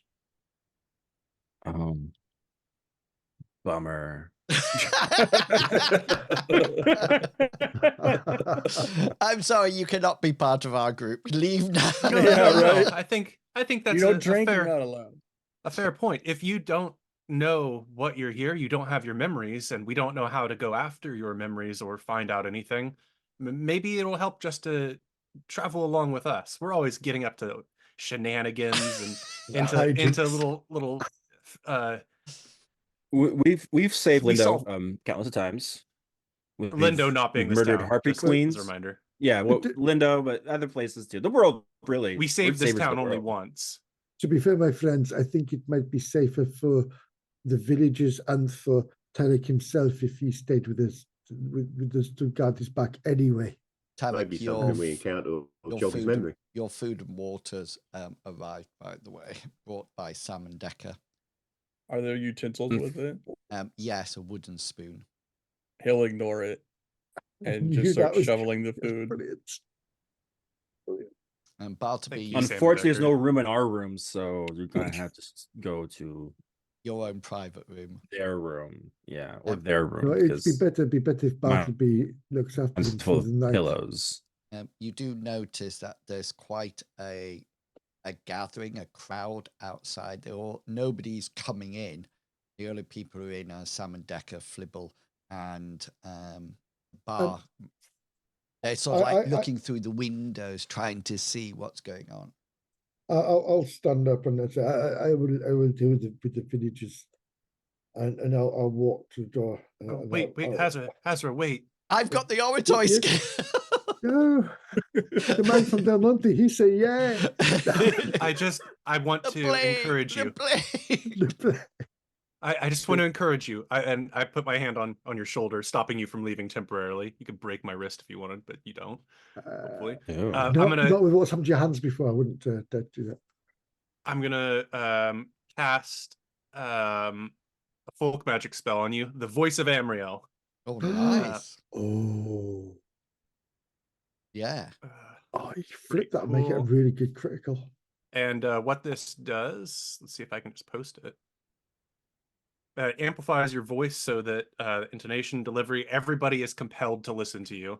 I don't think they have to agree with you, but Yeah, no. they can't ignore you. Amplifies my voice. So me whispering in the first person to tell the other people is not a good idea. What's your charisma like? My charisma is No. a 12. No. Oh. Yeah, The recipient's charisma. You're right. Yep. It's all right. What is it? Gather in, people, gather in. All right, Hazra, I believe in you. Go get him. What is your charisma? 7. I'm not a charismatic person. I'm a Sort of like, nomad. well, they need to sort of like stand within 7 meters of. Yeah, that's quite a distance. It's oh no, 10 times. times 70 Yeah. Oh, 10 meters. times. So you're all right. Oh, that's Plenty. ages. That's All right, miles. yeah. So tell me the speech you're giving. I'll open the door. My friends, this poor weary traveller has appeared on our beaches and needs rest. If you could please go about your business for the rest of the day, we shall have an update on him tomorrow. Update's the wrong word. We have more information on him maybe tomorrow, but just leave him be for the moment. Is a tavern open? Yeah, come in, have a drink, but do not bother the guest. Quite a few of them start walking towards the door to have a drink in the tavern. You're not too sure, Hazard, that the tavern's normally open at this point. You think it's probably It is now. yeah. It's all good business. Merrick, this sore is still on your hand. It stings a Yeah. bit. I'm just going to keep an eye on it. If it gets worse, I'll talk to Bartleby about it. He's the healer. Okay, yeah, your hand feels warmer than what it should do. About 5 or 6 men and women come into the tavern. Some of them that you don't think has ever been into the tavern. The ladies are not happy sitting on the stools, some of them, and they all seem very curious of Tarek, who's sort of like scooping up his stew with his hand and popping it into his mouth. Yeah, is there anything that any of you would like to do? I think Cyrus is probably going to go on a stroll around town. Try to see if he does any of his little small conclave of groupies. Flibbles And we with get you, yeah. Flimble, yeah, but I'm just thinking more of the other groupies. Oh, the ladies. Yeah. So as you walking around, Cyrus, what does anybody else want to do? Just so I know. You don't have to do hasn't anything. done his morning practice yet, so he'll step outside, probably just around the side somewhere. He's not standing in the street in public, and run through some weapon kata for a while. Nice. See what it does to the sore on his hand. Yeah.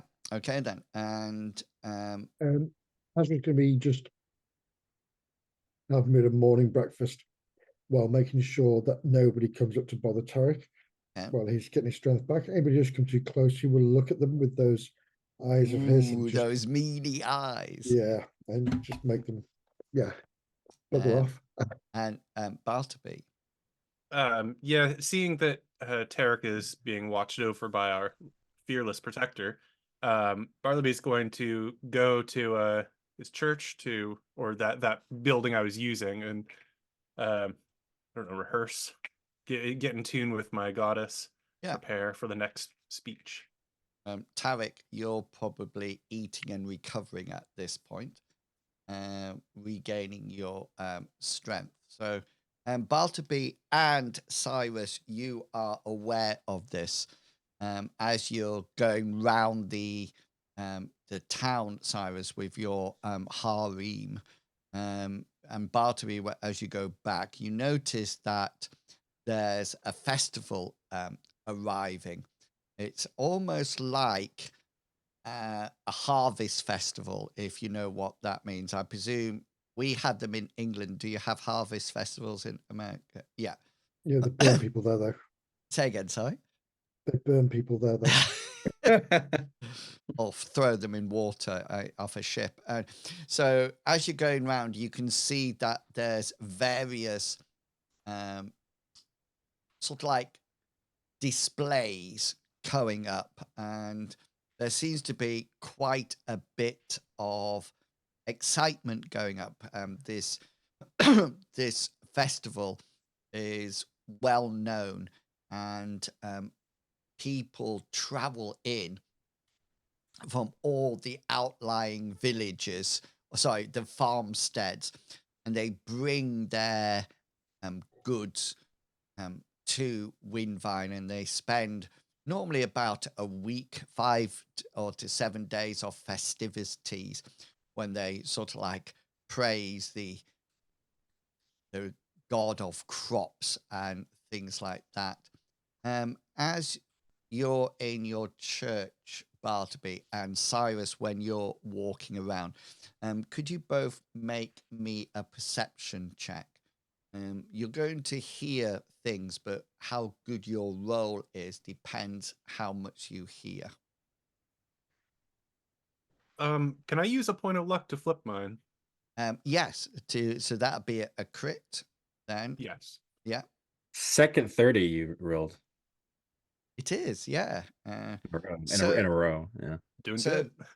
The first lot of things, both Bartleby and Cyrus hears. The last thing I say, Bartleby, only you hear. So there seems to be quite an excitement today. because the rumors is that it's been a bountiful year. Everything has been going right. The rains were spot on. The sunshine's been there. It hasn't been a very heavy frost, an early frost, or anything like that. It seems absolutely fantastic, and everybody seems to be looking forward to it. Cyrus, you notice that Flibble is super excited because he used to live on a farm out in the countryside and came here just to stay with his sister for a short period of time. And he's been here ever since. And he's constantly talking about the wonderful produce that his father will bring in. And you can't wait to actually see it. And everybody seems in a really good mood.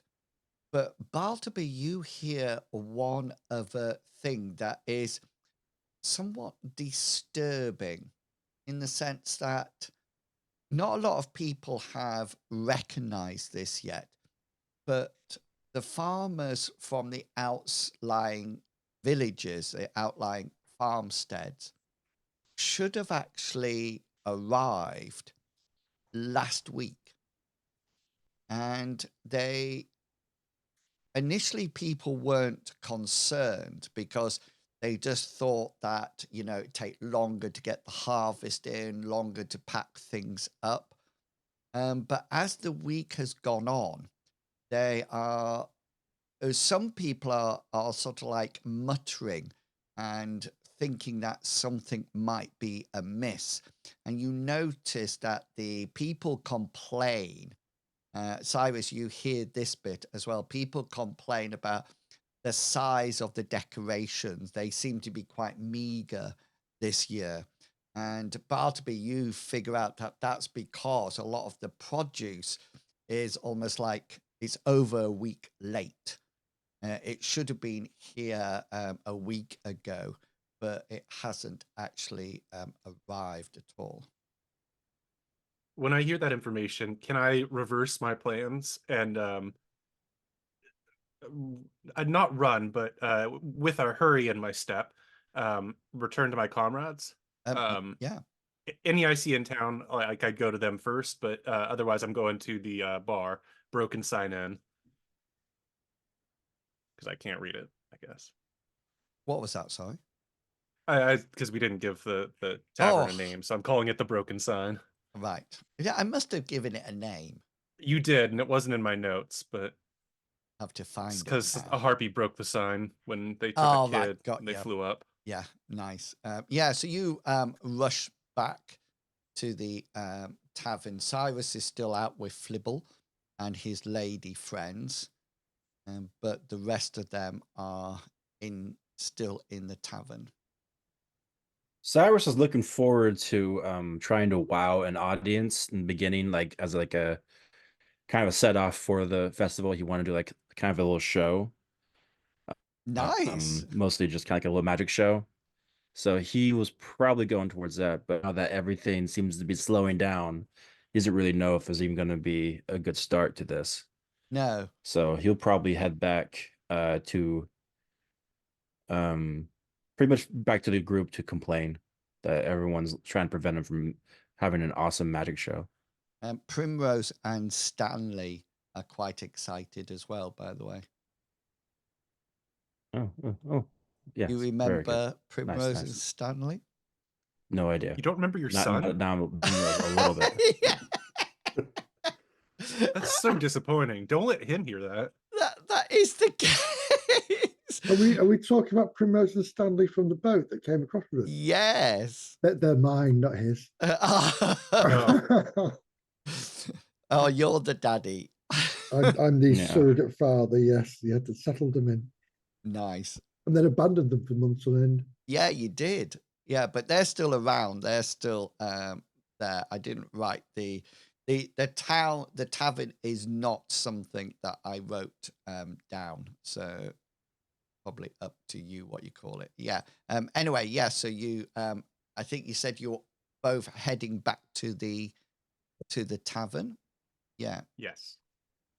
Go for it. Yes, we are. I'm gonna put my money on the leaky bucket. The leaky bucket. I quite like Yeah. that. I like that one. I don't know. Because it explains why my thin keeps getting lower and lower in volume. Well, just so you know, it's a leak on the bottom. It's not me drinking it. if you go across to my RPG shop, there is a product that says, let me find it, tavern names, 55 tavern names. All for you, so including the comical Centipede Cabana, the Drunkard Dragon Inn, the Giggly Gnome Pub, which I especially liked, the Frothy Fairy Fountain as well. So all there for purchase. But you're going to call it the Leaky Bucket. Okay, the Leaky Bucket. Okay, then. I don't know if I'm stealing it. That seemed like it was really easy to come up with.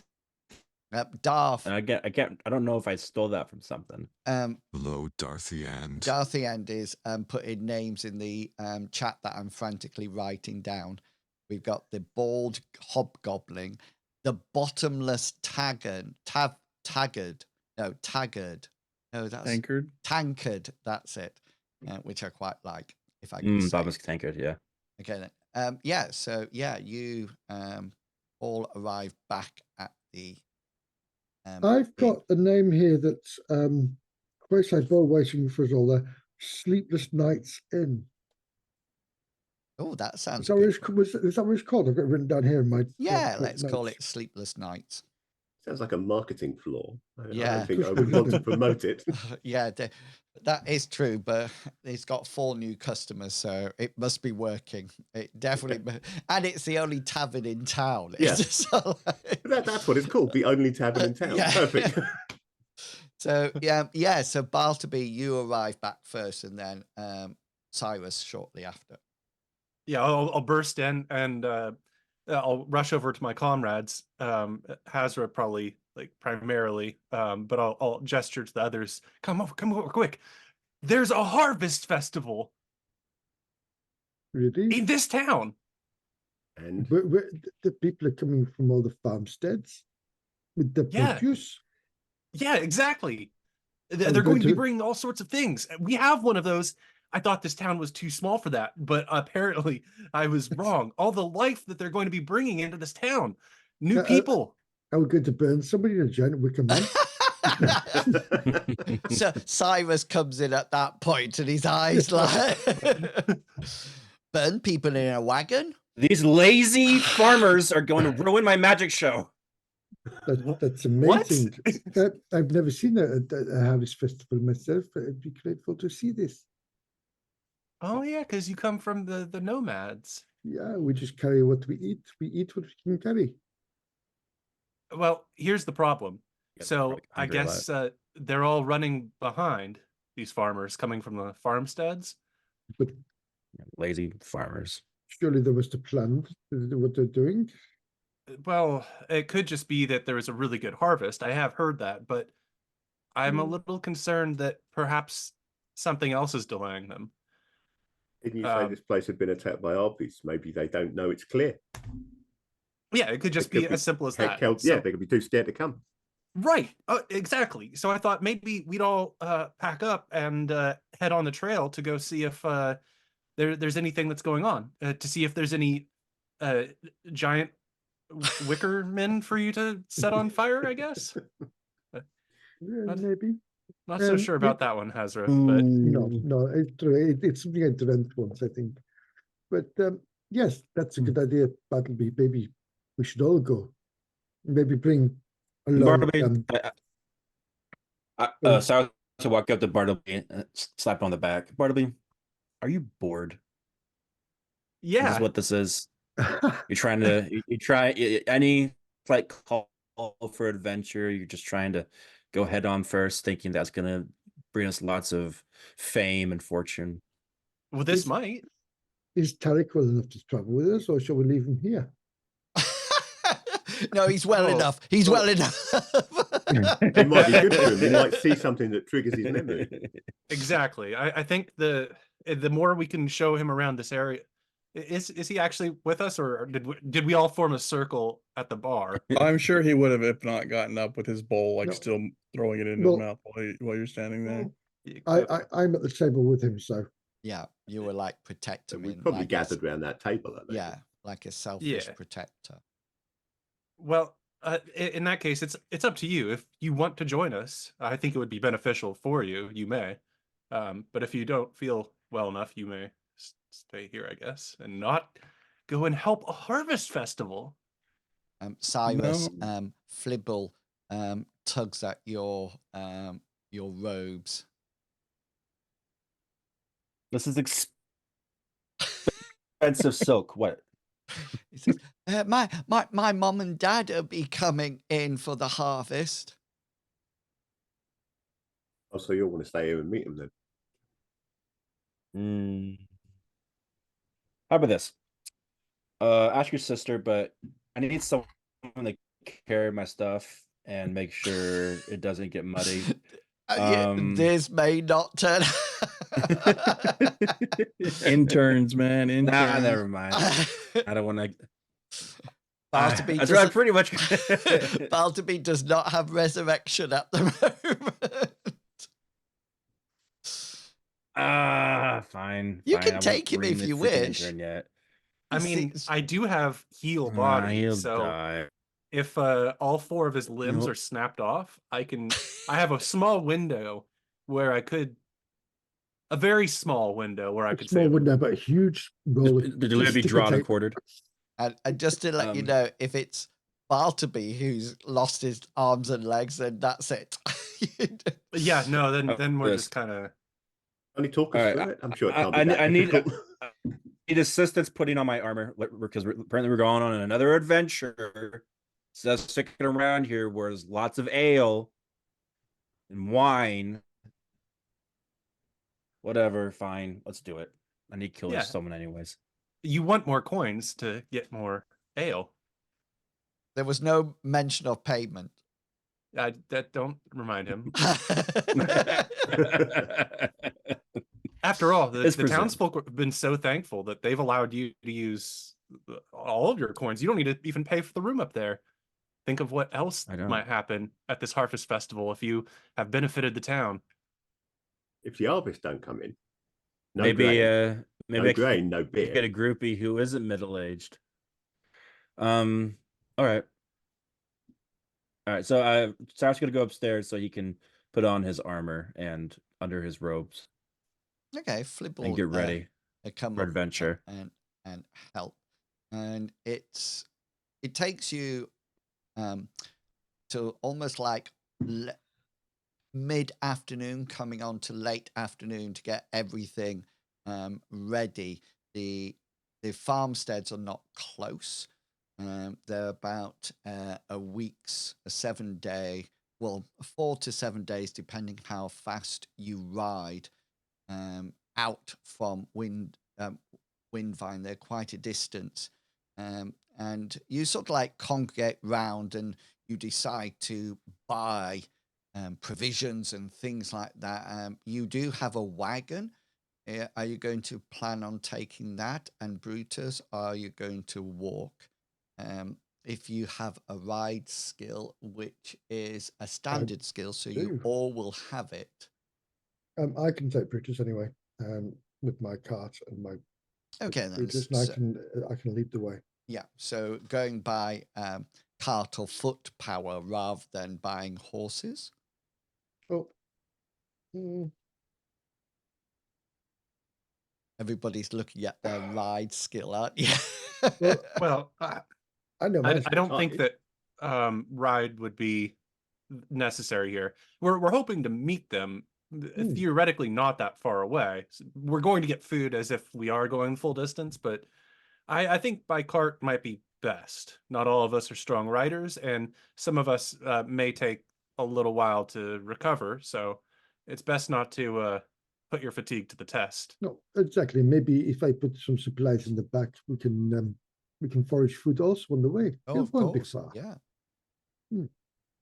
So you get everything ready, and rumor sort of like spreads that you are heading out, and this almost like heightens the sense of worry that the farmers and their produce haven't arrived yet, and they see sort of like the famous trio with two new members getting ready to leave Winvine and head out to the farms.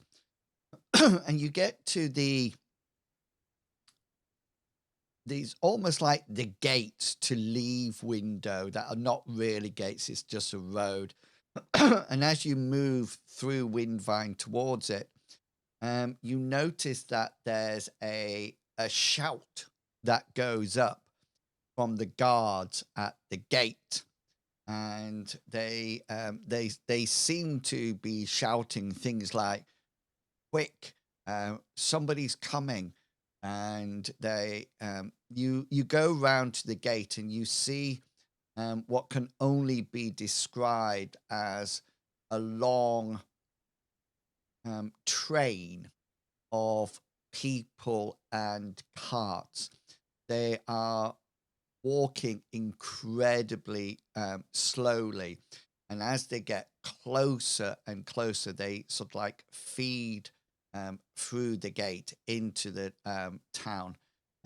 Their faces look to be like ashen and dirty, and the majority of them have little or no color in their faces at all. They seem. I just say, as you're seeing them in this disheveled sort of way, we'll run across straight away. What happened? Where did your produce? Yeah, and you sort of like get close, and you're sort of like next to what appears to be a woman and her two young children, and you notice that the children are crying and look like they've been crying for a huge amount of time, and talk about losing their papa. Papa has gone. Papa was eaten. Papa was taken away. And you notice that some of the adults are trying to comfort their children, but you, with your good perception, Hazra, you also notice that a lot of the adults have been crying as well. Some of them seem to have wounds. They seem to have almost like scratch marks on them. And Well, yeah, I was going to say, I want to speak to an adult rather. Once the children have finished doing what they're doing, and woman, what has happened? Why are your children talking so? yeah, and they she sort of like looks into your eyes. Roll your influence roll for me, please. And that's why I improved it today. What you've been doing? What you've been doing that's made it hard. I'm going, oh, what have I been doing what's hard? I've got no idea what you... Am I still fatigued? Oh, yes, it's still classed as fatigued, isn't it? Hazra, yeah, well, you're excited, that's why. And you sort of like... fresh to me, right. I'm going to use a point to look and re-roll that. Okay, then. Because I'm really going for it. There we go. That one. Yes, still not good. Why is it still hard due to fatigue? I don't get it. I'm fresh up there. Let me have a... what was that score? It was still a no-go. Oh, yes, you are. Still a no-go. Is it for all...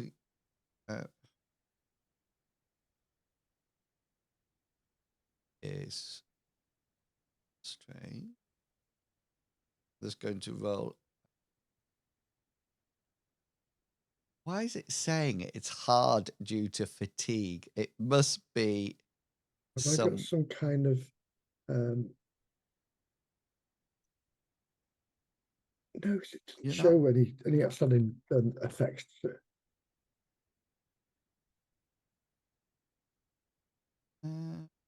would. Your law. I think I hacked the system. And you made Has retired? It's still. It's all that nocturnal activity. It's fatigue. It's apparently contagious. It's spreading. I need to look into that. As far as I'm concerned, that is the only place.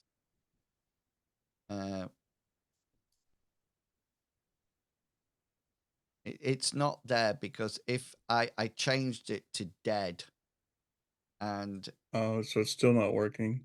It's still saying hard due to fatigue up there. Oh, hang on. No. I'll look into that. Don't worry. Yeah, I will look into that. Because it wasn't doing it earlier, which is strange. No, that's what I was thinking. It's just started to do it now, which is very interesting. Okay.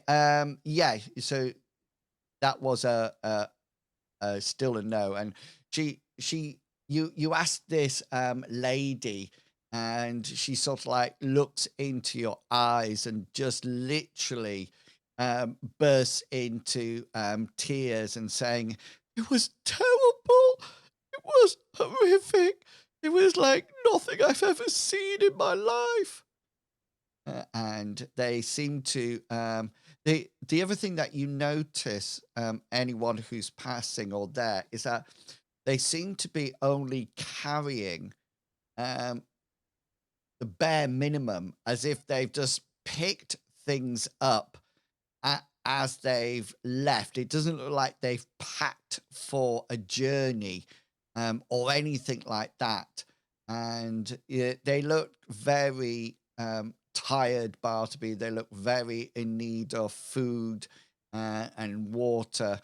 And one of the things that is really nice about Winvine is that you notice that the community spirit comes to life, and they're sort of like taking people to the town hall where you have your services, Bartleby, and they're sort of like ushering people over there, and people are bringing water and food out to them, and there seems to be an even the anxiousness of the Harvest Festival produce not arriving has turned into almost like fear that something's gone astray, something's not working. And the other thing that you notice, Cyrus, is Flibble seems to be watching the people walking by, and you can notice that he's looking more and more perplexed as the convoy goes by, until he's the last person comes in with the train, and he sort of like looks up at you with watery eyes and exclaims that his ma and pa are not with the rest of the farmers at all. Cyrus is gonna nudge Bartleby and say, "Hey, give me a hand here. Let me help out this really quick," suggesting for him to cast that oratory. Oratory is a skill, Cyrus. I know. Well, okay. Yeah, no, I see the glimmer of kindness in his eyes, so I'll put my hand on his shoulder, and I'll call on Amriel to give his voice power. And Amriel disagrees. No, it's a success by Isn't it? No. It's because 98, 99, and 100 are automatically fails until you get above 100. Then I think it's only 99 and 100. 96 to 100 are always Oh. fails, no matter what. Damn. Fumbles are 99 and 100, unless you're over 100, in which case your fumble is at 100. I'll give a point of luck to the storyteller to Oh wow! to ask Amriel to reconsider a flip to a 79. Okay, then yeah. And of course I put it before, but I may as well again, in case anybody's just popping up. Thank you. Yeah. Go for it. Cyrus. Fear not, denizens. The champions. What's the place we're at? What's the place? You're doing good, Cyrus. Okay, I got it. Winvine. The champions of Winvine are here to protect you from the perils that you, well, friends as well. These guys here, whatever. They're not champions. They're here, but they're here to protect you from the perils that are, have damaged you on your journey. We're here, honestly, also to save the people that were taken from you, because that is what we do. We are good at saving and killing, and honestly, drinking too. We're good at that too. The saving part more than killing. We're very good at saving. That's what we're known for. We came from other places and been here. Flibble seems to be taking it on board, and there seem to be some people nodding at your speech, and they sort of like think, yeah, that's right. And the mayor comes up to you and says, "Thank you for your noble speech, Cyrus. I think it's probably better that we call a town meeting to see what exactly is happening here. Do you have any ideas?" I was sounding a bit like Prince Charles there, so I apologize. King Charles, you mean? Yeah, he's king now. No, not in my eyes. He's not. Uh-oh. Starting to get political here, guys. I can tend to the wounded and see if they have any firsthand accounts. Good idea, Bartleby. Good idea. Let's and he sort of like says, Cyrus, could you please encourage them all to the town hall? I think we need to have a town meeting about what's happened. Everyone to the town hall. If you don't go there, I can't save you. A lot of people sort of like a few people sort of like they're thinking, well, I'm already safe. I don't know why, but other people are sort of like saying, yeah, let's go. And hopefully somebody lifted up Cyrus slightly. I like to imagine I stepped on a large barrel or on a barrel. Yeah. We have our wagon. Maybe you're like standing on top of the rail or something. He's not got take a climb roll to get Flibble, into the the stool wagon. carrier. Yeah. Fribble comes out with a little box. And he just stands on it. So people are sort of like ushered or encouraged by Cyrus with his mighty supportive words into the town hall. And you notice that when you get there, there's a number of wagons and things outside, and you sort of like walk past them. And Hazra, could you make for me, please, a survival check?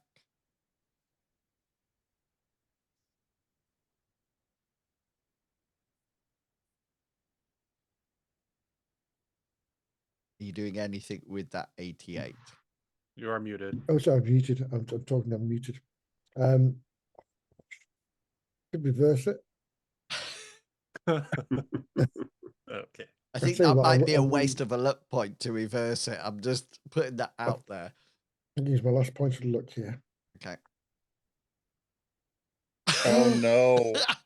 Wow. Free tick? Oh my god, free tick. I'll be 18. Sorry, 80 next session. Okay then. Does anybody Oh else God! have any survival skills apart On a from? fumbled survival check, do you not just instantly die? No, the wagon falls on you as you walk Yeah. past.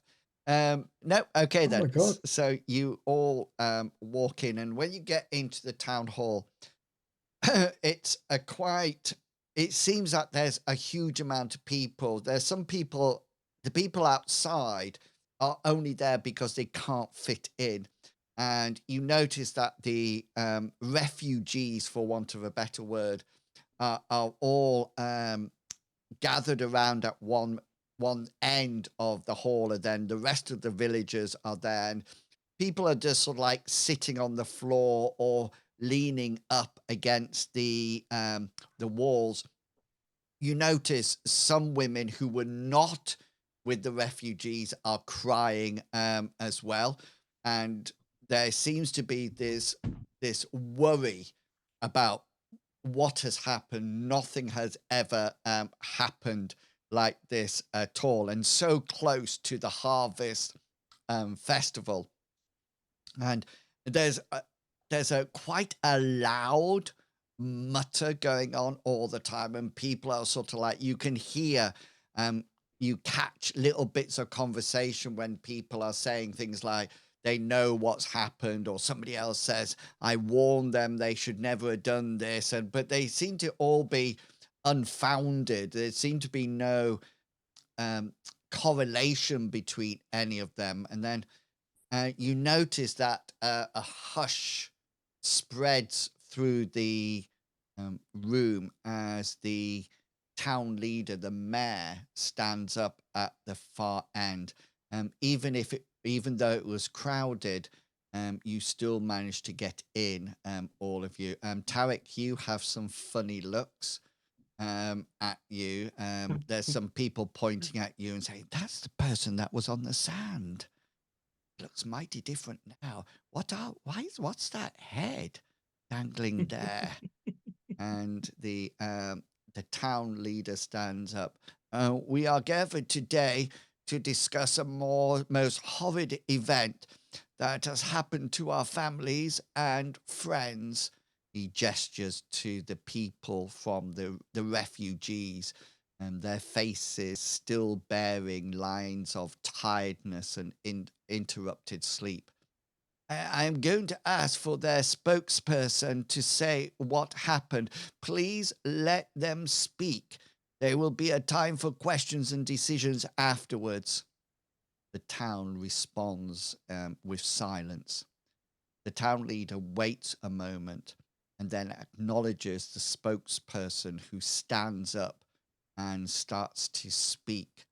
Seems to be a quite an elderly man, and he seems to be alone with nobody, but he sort of like pushes himself to his feet, and you notice that he's on a crutch, a rather roughly made crutch, and you notice that one of his legs is heavily bandaged. What I'm about to tell you, you will probably not believe, but we experienced it. We saw it with our own eyes, and it still haunts us as well when we try and sleep. Even thinking about it causes many, if not all of us, to grow old with fear. I will start at the beginning and finish when I can speak no more. It started with the crops. They were doing well. Harvest was to happen in a day or so, and we looked forward to coming back to Winvine for the festival. We then started to notice small patches of mildew, black mold that spread from the ground up to the crops. We tried everything to remove it, to stop it, but nothing worked. In a short time, it spread, covering the crops and causing them to wilt and die. As they fell to the ground, The ground somehow changed. What was once fertile, firm ground changed to wet and black soil that oozed black grease and emitted a strange smelling smoke. Not long after the crops, the animals became ill. It was as if their life was being drained away. Their skin erupted with boils and foul-smelling abscesses. They faltered, refused food and water, and then just lay down and died. But before we could act, their dead bodies were consumed by the land itself. And then they came. A child suddenly bursts into tears, and a woman covers her face with her hands. Then they arrived. Grey-skinned humanoids. They moved close to the ground, with boar-like pets accompanying them. Their claw-like hands would rake anything and everything. Their fanged teeth would sink into flesh, muscle, and bone alike. They would attack without warning and devour everything in their path. We fled with only the belongings we could carry. Some, alas, did not make it. Their cries and screams still haunt us. But the worst sound of all was the hideous laughter of those grey-skinned ghouls. And at that point, he returns to his seat, and across the whole of the town hall, there's just a silence waiting for something to happen. Bartleby will take this. Yeah, I guess Bartleby will take this moment to stand up and say to the crowd, "We have seen monsters of all kinds before. We've seen things that come up from the ground like this. We are the most capable ones to go and solve this, to avenge the fallen, to save anybody we can, and to purify the land from this evil. The light of Amriel will shine down on us."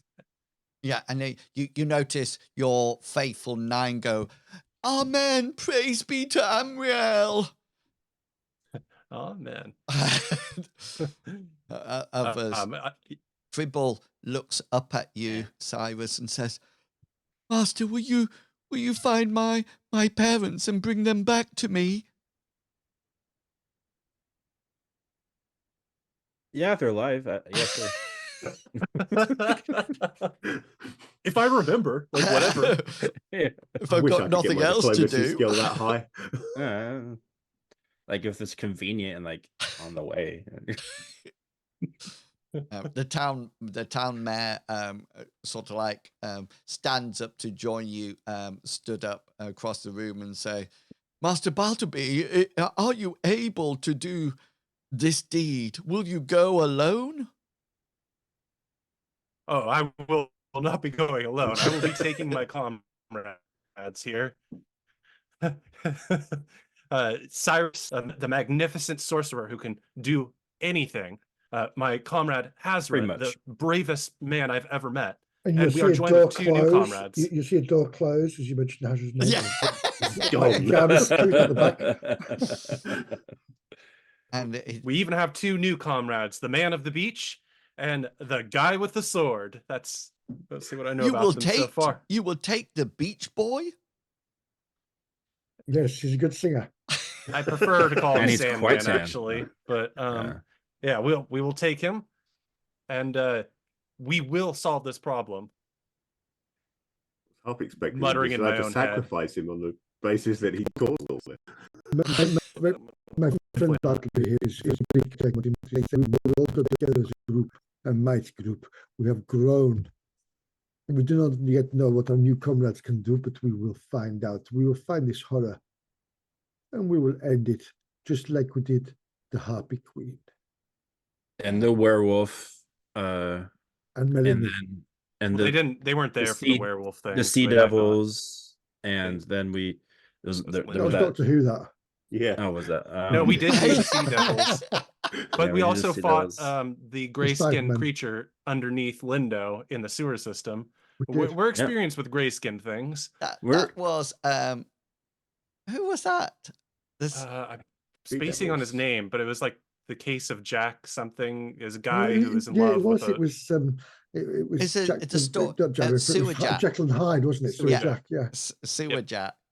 We have experience with. We're weird really gray-skinned good things. at killing creatures. That's just like that's our thing. So this is gonna be like nothing.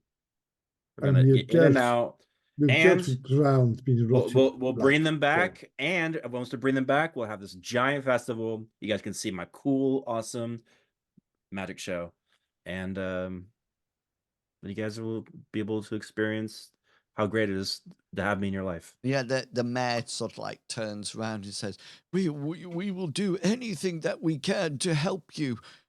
Is there anything you will need for your journey? An army. Ale. Somebody who can do this for us. Yes. Simon Decker says to you, Bartleby, they say, you won't want us coming, won't you? Shall we just stay here and look after base? That is a very important task that I need you both to take seriously. Yeah, we need to maintain this in my stead. You need to be the ones doing what I would do. I know you're not accomplished healers like myself, but tend to the wounded here. Do your best, and then kind of do better than that. They look really keen that they're going to be left behind. They don't. I know. As will come over to Sam and Decker and say, who is Bartleby says, but do not drink the ale. So who was or that else to? how's will impale. Ooh. Yeah, see, rap. Yeah. So they sort of like everybody starts to rally round you to sort of like help you with various things. The closest farmstead will be a week, 7 days away. That's how long it will be. Now we could do with borrowing horses, really. So I think that we should stay with our cart, and we should make a strong emphasis to stock up on firewood and torches before we leave. Okay. Something tells me this this fungus and mold and slime is going to make us chill out pretty hard. And it would be good to have resources so that we can still have fires and stay warm. We might want 1 or 2 horses to scout ahead of the cart, because that cart is not going to be good at evading enemies. True. If we run across them and we're there in a cart, we can't really hide very well. So better to know in advance if someone can range ahead of us. Do you know how to ride a horse? I know how to ride a horse. Oh. I'm surprised. I've never. I don't know if we've ever had a. You did horse have rider. horses. Well, we've had horses, but I don't think we've ever had a horse yours called rider. Buttercup? Butternubble. Yeah. It's a good horse name. It is. Are you sure it wasn't like a donkey or something? I'm going to pull Bartleby over just to one side for 1 second. There's Butternubble. Yeah, your Butternubble. Yeah. I have a horse, but I could probably ride one. This is going to be rude. I Bartleby. No, do you remember when I and I'll pull my robe up on my left arm? Do you remember when this happened to me? My arm turned black from touching that horrible stone. Yeah. Yep. We have, like, as I said, we have experience with this, I Yes. believe, whether it is Is goblins it? coming from underground or No, no, no. whether it is You're not understanding what I'm meaning, Battleby. the Isn't fungus that we saw around Yes. that event, the Isn't reptile creatures as well. Isn't that the same thing? Do you That's think? what I'm thinking. Oh, I thought it was just me. I thought I was going crazy for a moment. Oh But wait, no, the rest of them, they weren't around for that, were no, they? they weren't. They It's just weren't. That was you and I, Gulliver my and friend. Hengist were our comrades. That's Um, when the Duke sent me to find you. That's right. Is our group still in the hall, or have we like transitioned out to? Either or, you could have transitioned out by now. They haven't Because if we're found going this to boat tell for the the boat, story, have they? So I want.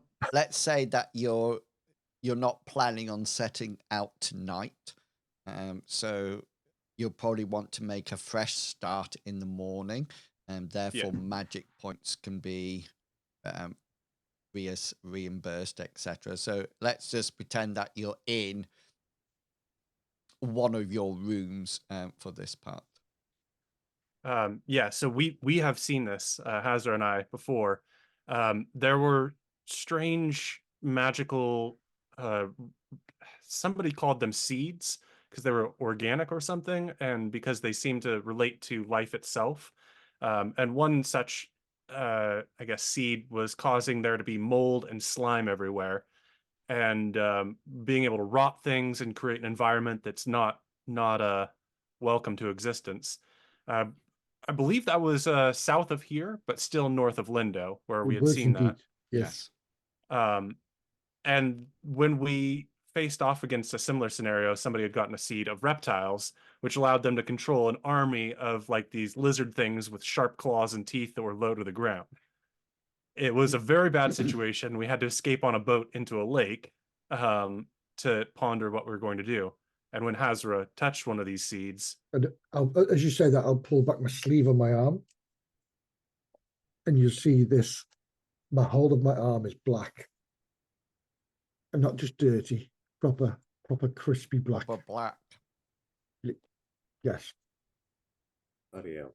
So this was the map.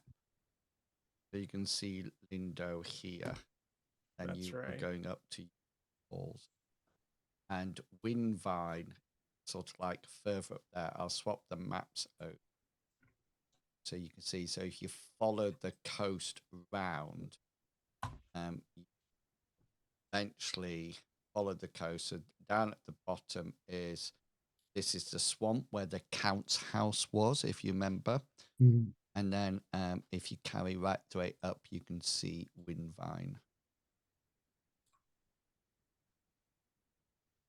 So we thought we had secured the seeds, but now that I remember it, our sorcerer, I think, gave them to a strange man with a dimensional chest in an alleyway. Did. And we never paid him. Correct. So it's possible that they kind of did like they sold our storage unit. Okay, so that seems to be a good place to leave it tonight. Just so you know, ready for next time, so you can give it some thought. We're going to use the following tactic for the 7-day journey. So each one of you, if you wish, you don't have to, each one of you comes up with a skill that you think can help the party stay safe in those 7 days. Okay, so let me give you an example. If I was playing somebody, I might say I can change the weather. So I'm going to make sure that the weather is fine, is fine for those 7 days. And then that person would roll a dice at their skill, maybe their spell casting skill. And because there's 5 of you, if it was a success, then it adds 20% onto the success. Okay. If you get up to 100%, you complete the journey without any mishaps. If it's less than 100%, something happens. So it could be that your wagon loses a wheel, or one of your horses die, or half your food rations disappear, or something like that. If you roll and it's a critical, you actually add on double the score. So you would add on 40. However, if you fumble, if you fail, nothing's added on. If you fumble, 20% is taken off. Okay. And remember, fumbles can't be changed. So if you do fumble, then that would be it. So it would be worth thinking between now and next time what skill you're going to, or what routine or procedure you're going to do. Some of you might be better prepared than others.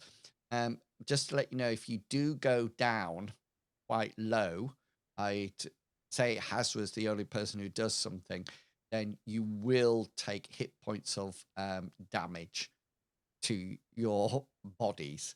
And you would start the next part of the adventure after that 1 week with those hit points down, or lost magic points or stamina or things like that. So have a think about that, ready for next week. Having a rough idea what you're actually going to take. So we've got an inventory. It's 7 days out to the farmsteads. You know that. Okay, so it's from that point. What are you going to do and what are you going to take? The villagers will provide the horses for you, free of charge. Whether or not they'll be good horses, we'll see as you ride out. But that should give you an idea. And yeah, well done. We've got our 2 new members in, and we've gone on the first part of we finished part 1 of the new adventure. So well done. Excellent. Mr. Pickles, have you got anything that you would like to say? Or apart from thank you, Inwills, that was a great adventure.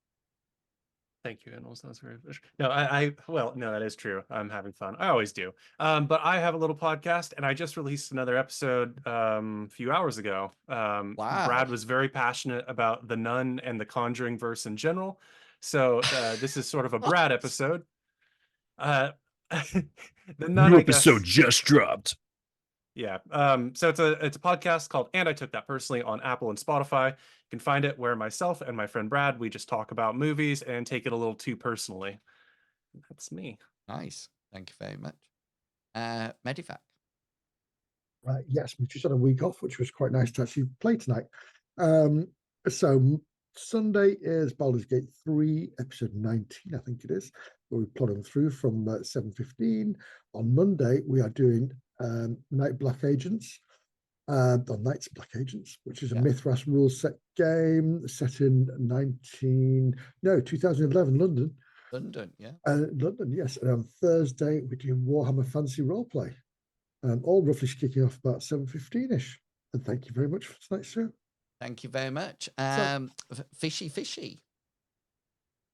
I don't have anything specific planned stream-wise, but what I do have in a couple of weeks, I've got a game of Castles and Crusades scheduled on startplaying.games. It's not a game that's being charged for. It is a free game, and I've still got 4 slots open for anybody who wants to try that game out. Go to startplaying.games, jump forward a couple of weeks, find my game, and sign up.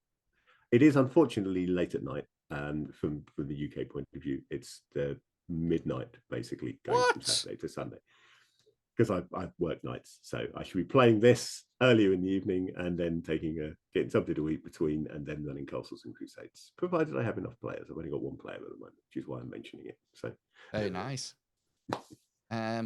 Okay. Captain, go for it. Well, actually, you didn't ask Tickety Tex. Oh yes, Tickety Tex.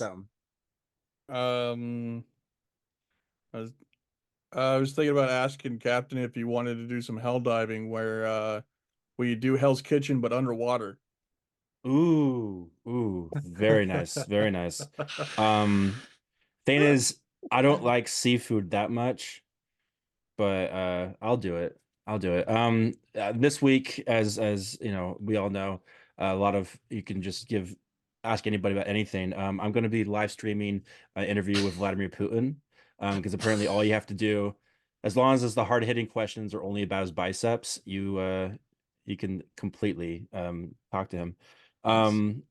But I'll be asking the audience to ask questions for me to ask him. But of course, as long as they're pre-approved by the Kremlin first, and don't involve me getting assassinated instantaneously by eating a bad beet salad. Besides that, nothing too crazy. That sounds like it's going to be plenty of lots of fun. Lots of fun. Unless of course I die like one of his political rivals a month before the election. Thank you very much. Do remember that you can follow all our RPG content over on the Ko-fi side. The link is in the chat, and remember to give that a follow, and you'll get an update whenever we post anything new up there. I will be back tomorrow morning at 10 o'clock with some more Elder Scrolls Online, and then tomorrow evening I'll be back doing my GM prep. So players, please stay away from that stream and no going back and watching it. And yeah, so another packed day tomorrow. Thank you so much for coming along and supporting the stream tonight. I really do appreciate it. Well, we all do. And it's lovely to get back to some Mythras. Okay, so until next time, look after yourself, everyone. And I will say goodbye, and they will say goodbye too. Biceps.